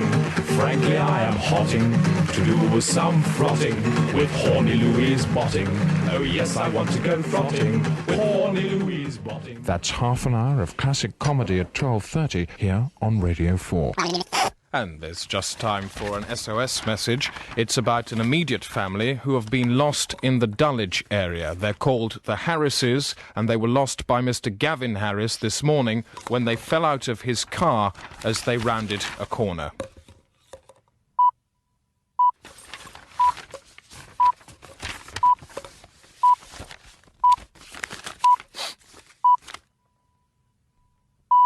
It's 8 o'clock on Wednesday, the 16th of October. And the news today, fighting. Plus, lined up on the next reel, why Bradford City Council have decided to poison all taxi drivers. They have parked, and they have parked, and they have parked.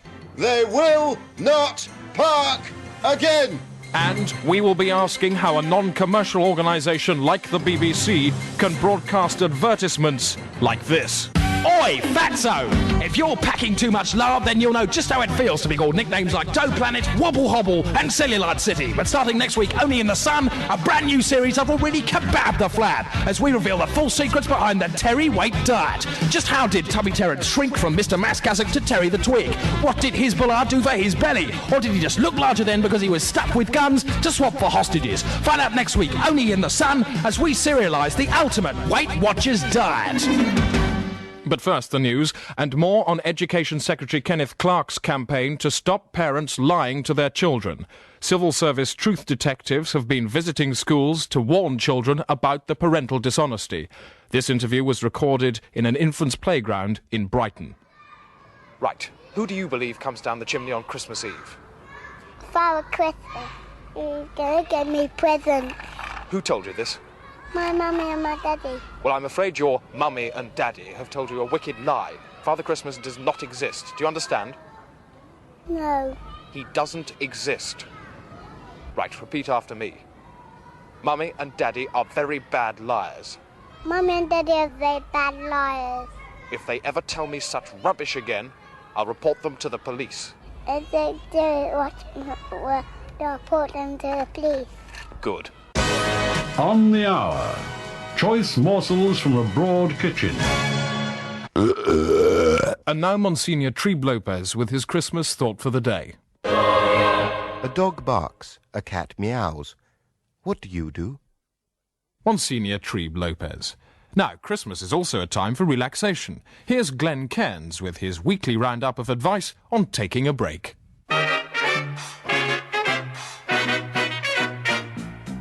It's time to go away on a jolly holiday. Go away, bloody go away. And a warm, if festive felicitation to you and your kith on this Christmas morning. Pearls, indeed, pigs of wisdom offered today on how to go away on Boxing Day. But first, Barry Simpson will reach deep into his hamper and produce a feast of facts about ferries. Thanks very much. And Seawood Ferries are offering a 30% discount to passengers who hand over their car keys to the crew as they get on board. This is so the crew can race up and down the car deck during the journey, which the companies say will boost low staff morale. Litany Ferries are offering a midnight mass service on all night crossings. Ticket price includes a free wafer host for each passenger with a Gold Embossed Company logo stamped on the back. And don't forget B&Z's very reasonable stowaway rate. You can cross the channel for £20 return, providing you don't go inside, and that you sleep in what little shelter you can find on the deck. To keep you warm, a bowl of hot punch will be on display in the bar, clearly visible through a big window. And that's it. Thank you, Barry. Now you can go and have a shave. Now, if you've taken an emotional nosedive into a deep hibernal gloom, a spoonful of holiday planning is probably just the fillip you need. And here with a panacean prescription is Gregory Shape with our resort report. Yes, well, I'm standing next to Good Times expert. What's your name? Mr. Humphreys. Mr. Humphreys, for our resort report. What do you make of the facilities round here? They're all right for shopping. Not so good for the average holidaymaker? Oh, not really for the holidaymaker, no. Is there much fun to be had here? Depends what you mean by fun, I mean... Would this be any help? Is that any good for anybody? What? Does that add to the fun? Oh, a bit of banging. All right, Mr. Humphreys, thanks for standing around with us and dwelling on this resort. And a very good bus service, yeah. Our gratitude to Gregory. Now, there's a veritable potpourri of seasonal events over the next few days. We've pinched a choice nosegay from among the dried petals with this resume of some of the Yuletide festivities. And the Saffron Walden Pig Hunt is this Sunday in Saffron Walden.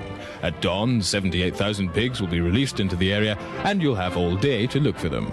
The organisers say they want a better result than last year, when only 12 out of 50,000 pigs were recovered. The All England Under-5 Judo Weekend starts this Saturday in Buxton in Derbyshire. The youngsters are very skilled for their age, but still pretty easy to throw around. So if you're feeling pent up or angry, why not go along and have a fight with an under-5? Admission is free. And if it's the outdoors you're after, the Wiltshire Bollards meet in Swindon tomorrow at 10:30. There's a shortage of bollards in the area, so come dressed in white and orange markings and be a bollard for the day. Coffee and biscuits. Well, that pretty much renders the carcass to an acceptable stock for today. Just remains me to point out that the police have told us they're expecting most roads to be empty, which means presumably that there won't be too many police about either, and you'll probably be able to go out for a 150-mile-an-hour burn on most A roads. I particularly recommend the A44 near Chipping Norton. Yes, it's time to go away on a jolly holiday. Go away, bloody go away. Thanks very much indeed to Glenn Cairns and the Go Away team. Now, the year that was still is, but not for long. When today is next year, how will we remember the last 12 months? Here's the end of it.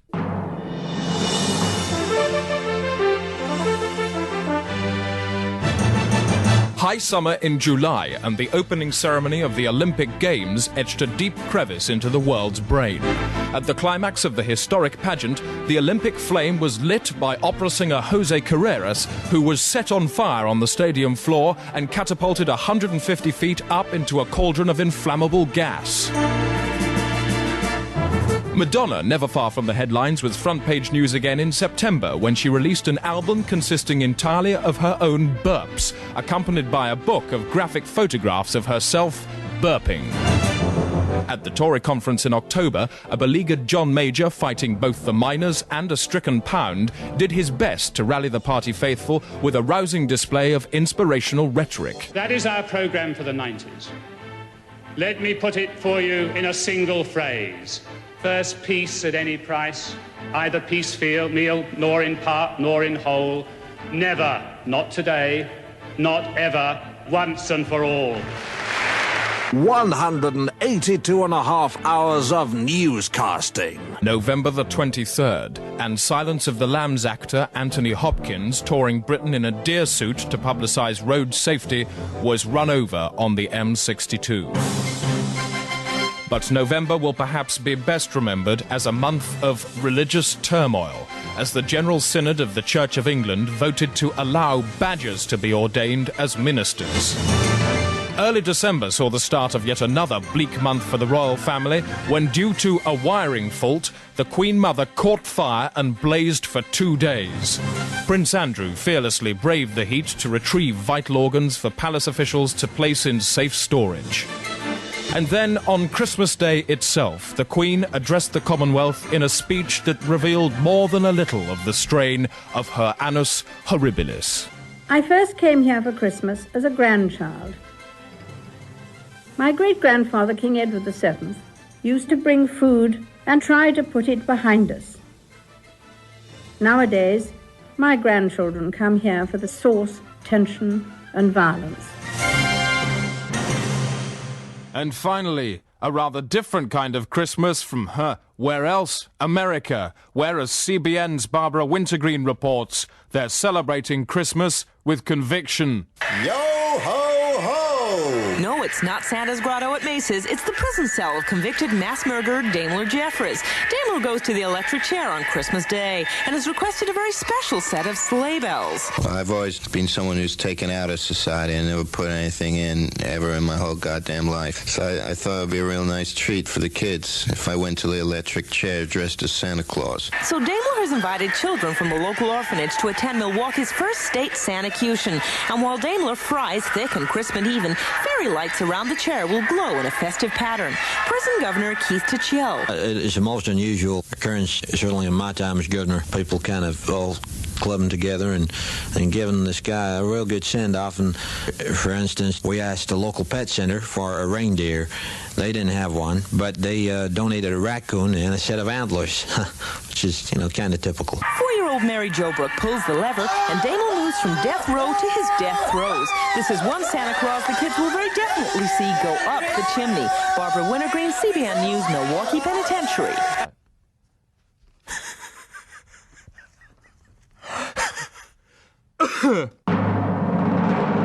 And there's just time to look at your top 5 votes for the quotes of the year. In 5th position was Cardinal Basil Hume's "Shove off butt crust." 4th, "I'm no Teddy Kennedy" from Teddy Kennedy. 3rd, You, and You, Kenneth Clark. And 2nd, "Do stop throwing those ice creams at my wife" from Terry Waite. And 1st, "It was easy. I just aimed the barrel at his nostrils and pumped half a kilo of lead into his big stupid face. I know it was wrong, but I'm happy now" from Frank Sinatra. That's me, it's Christopher Morris, and whoever you are, Happy News Year.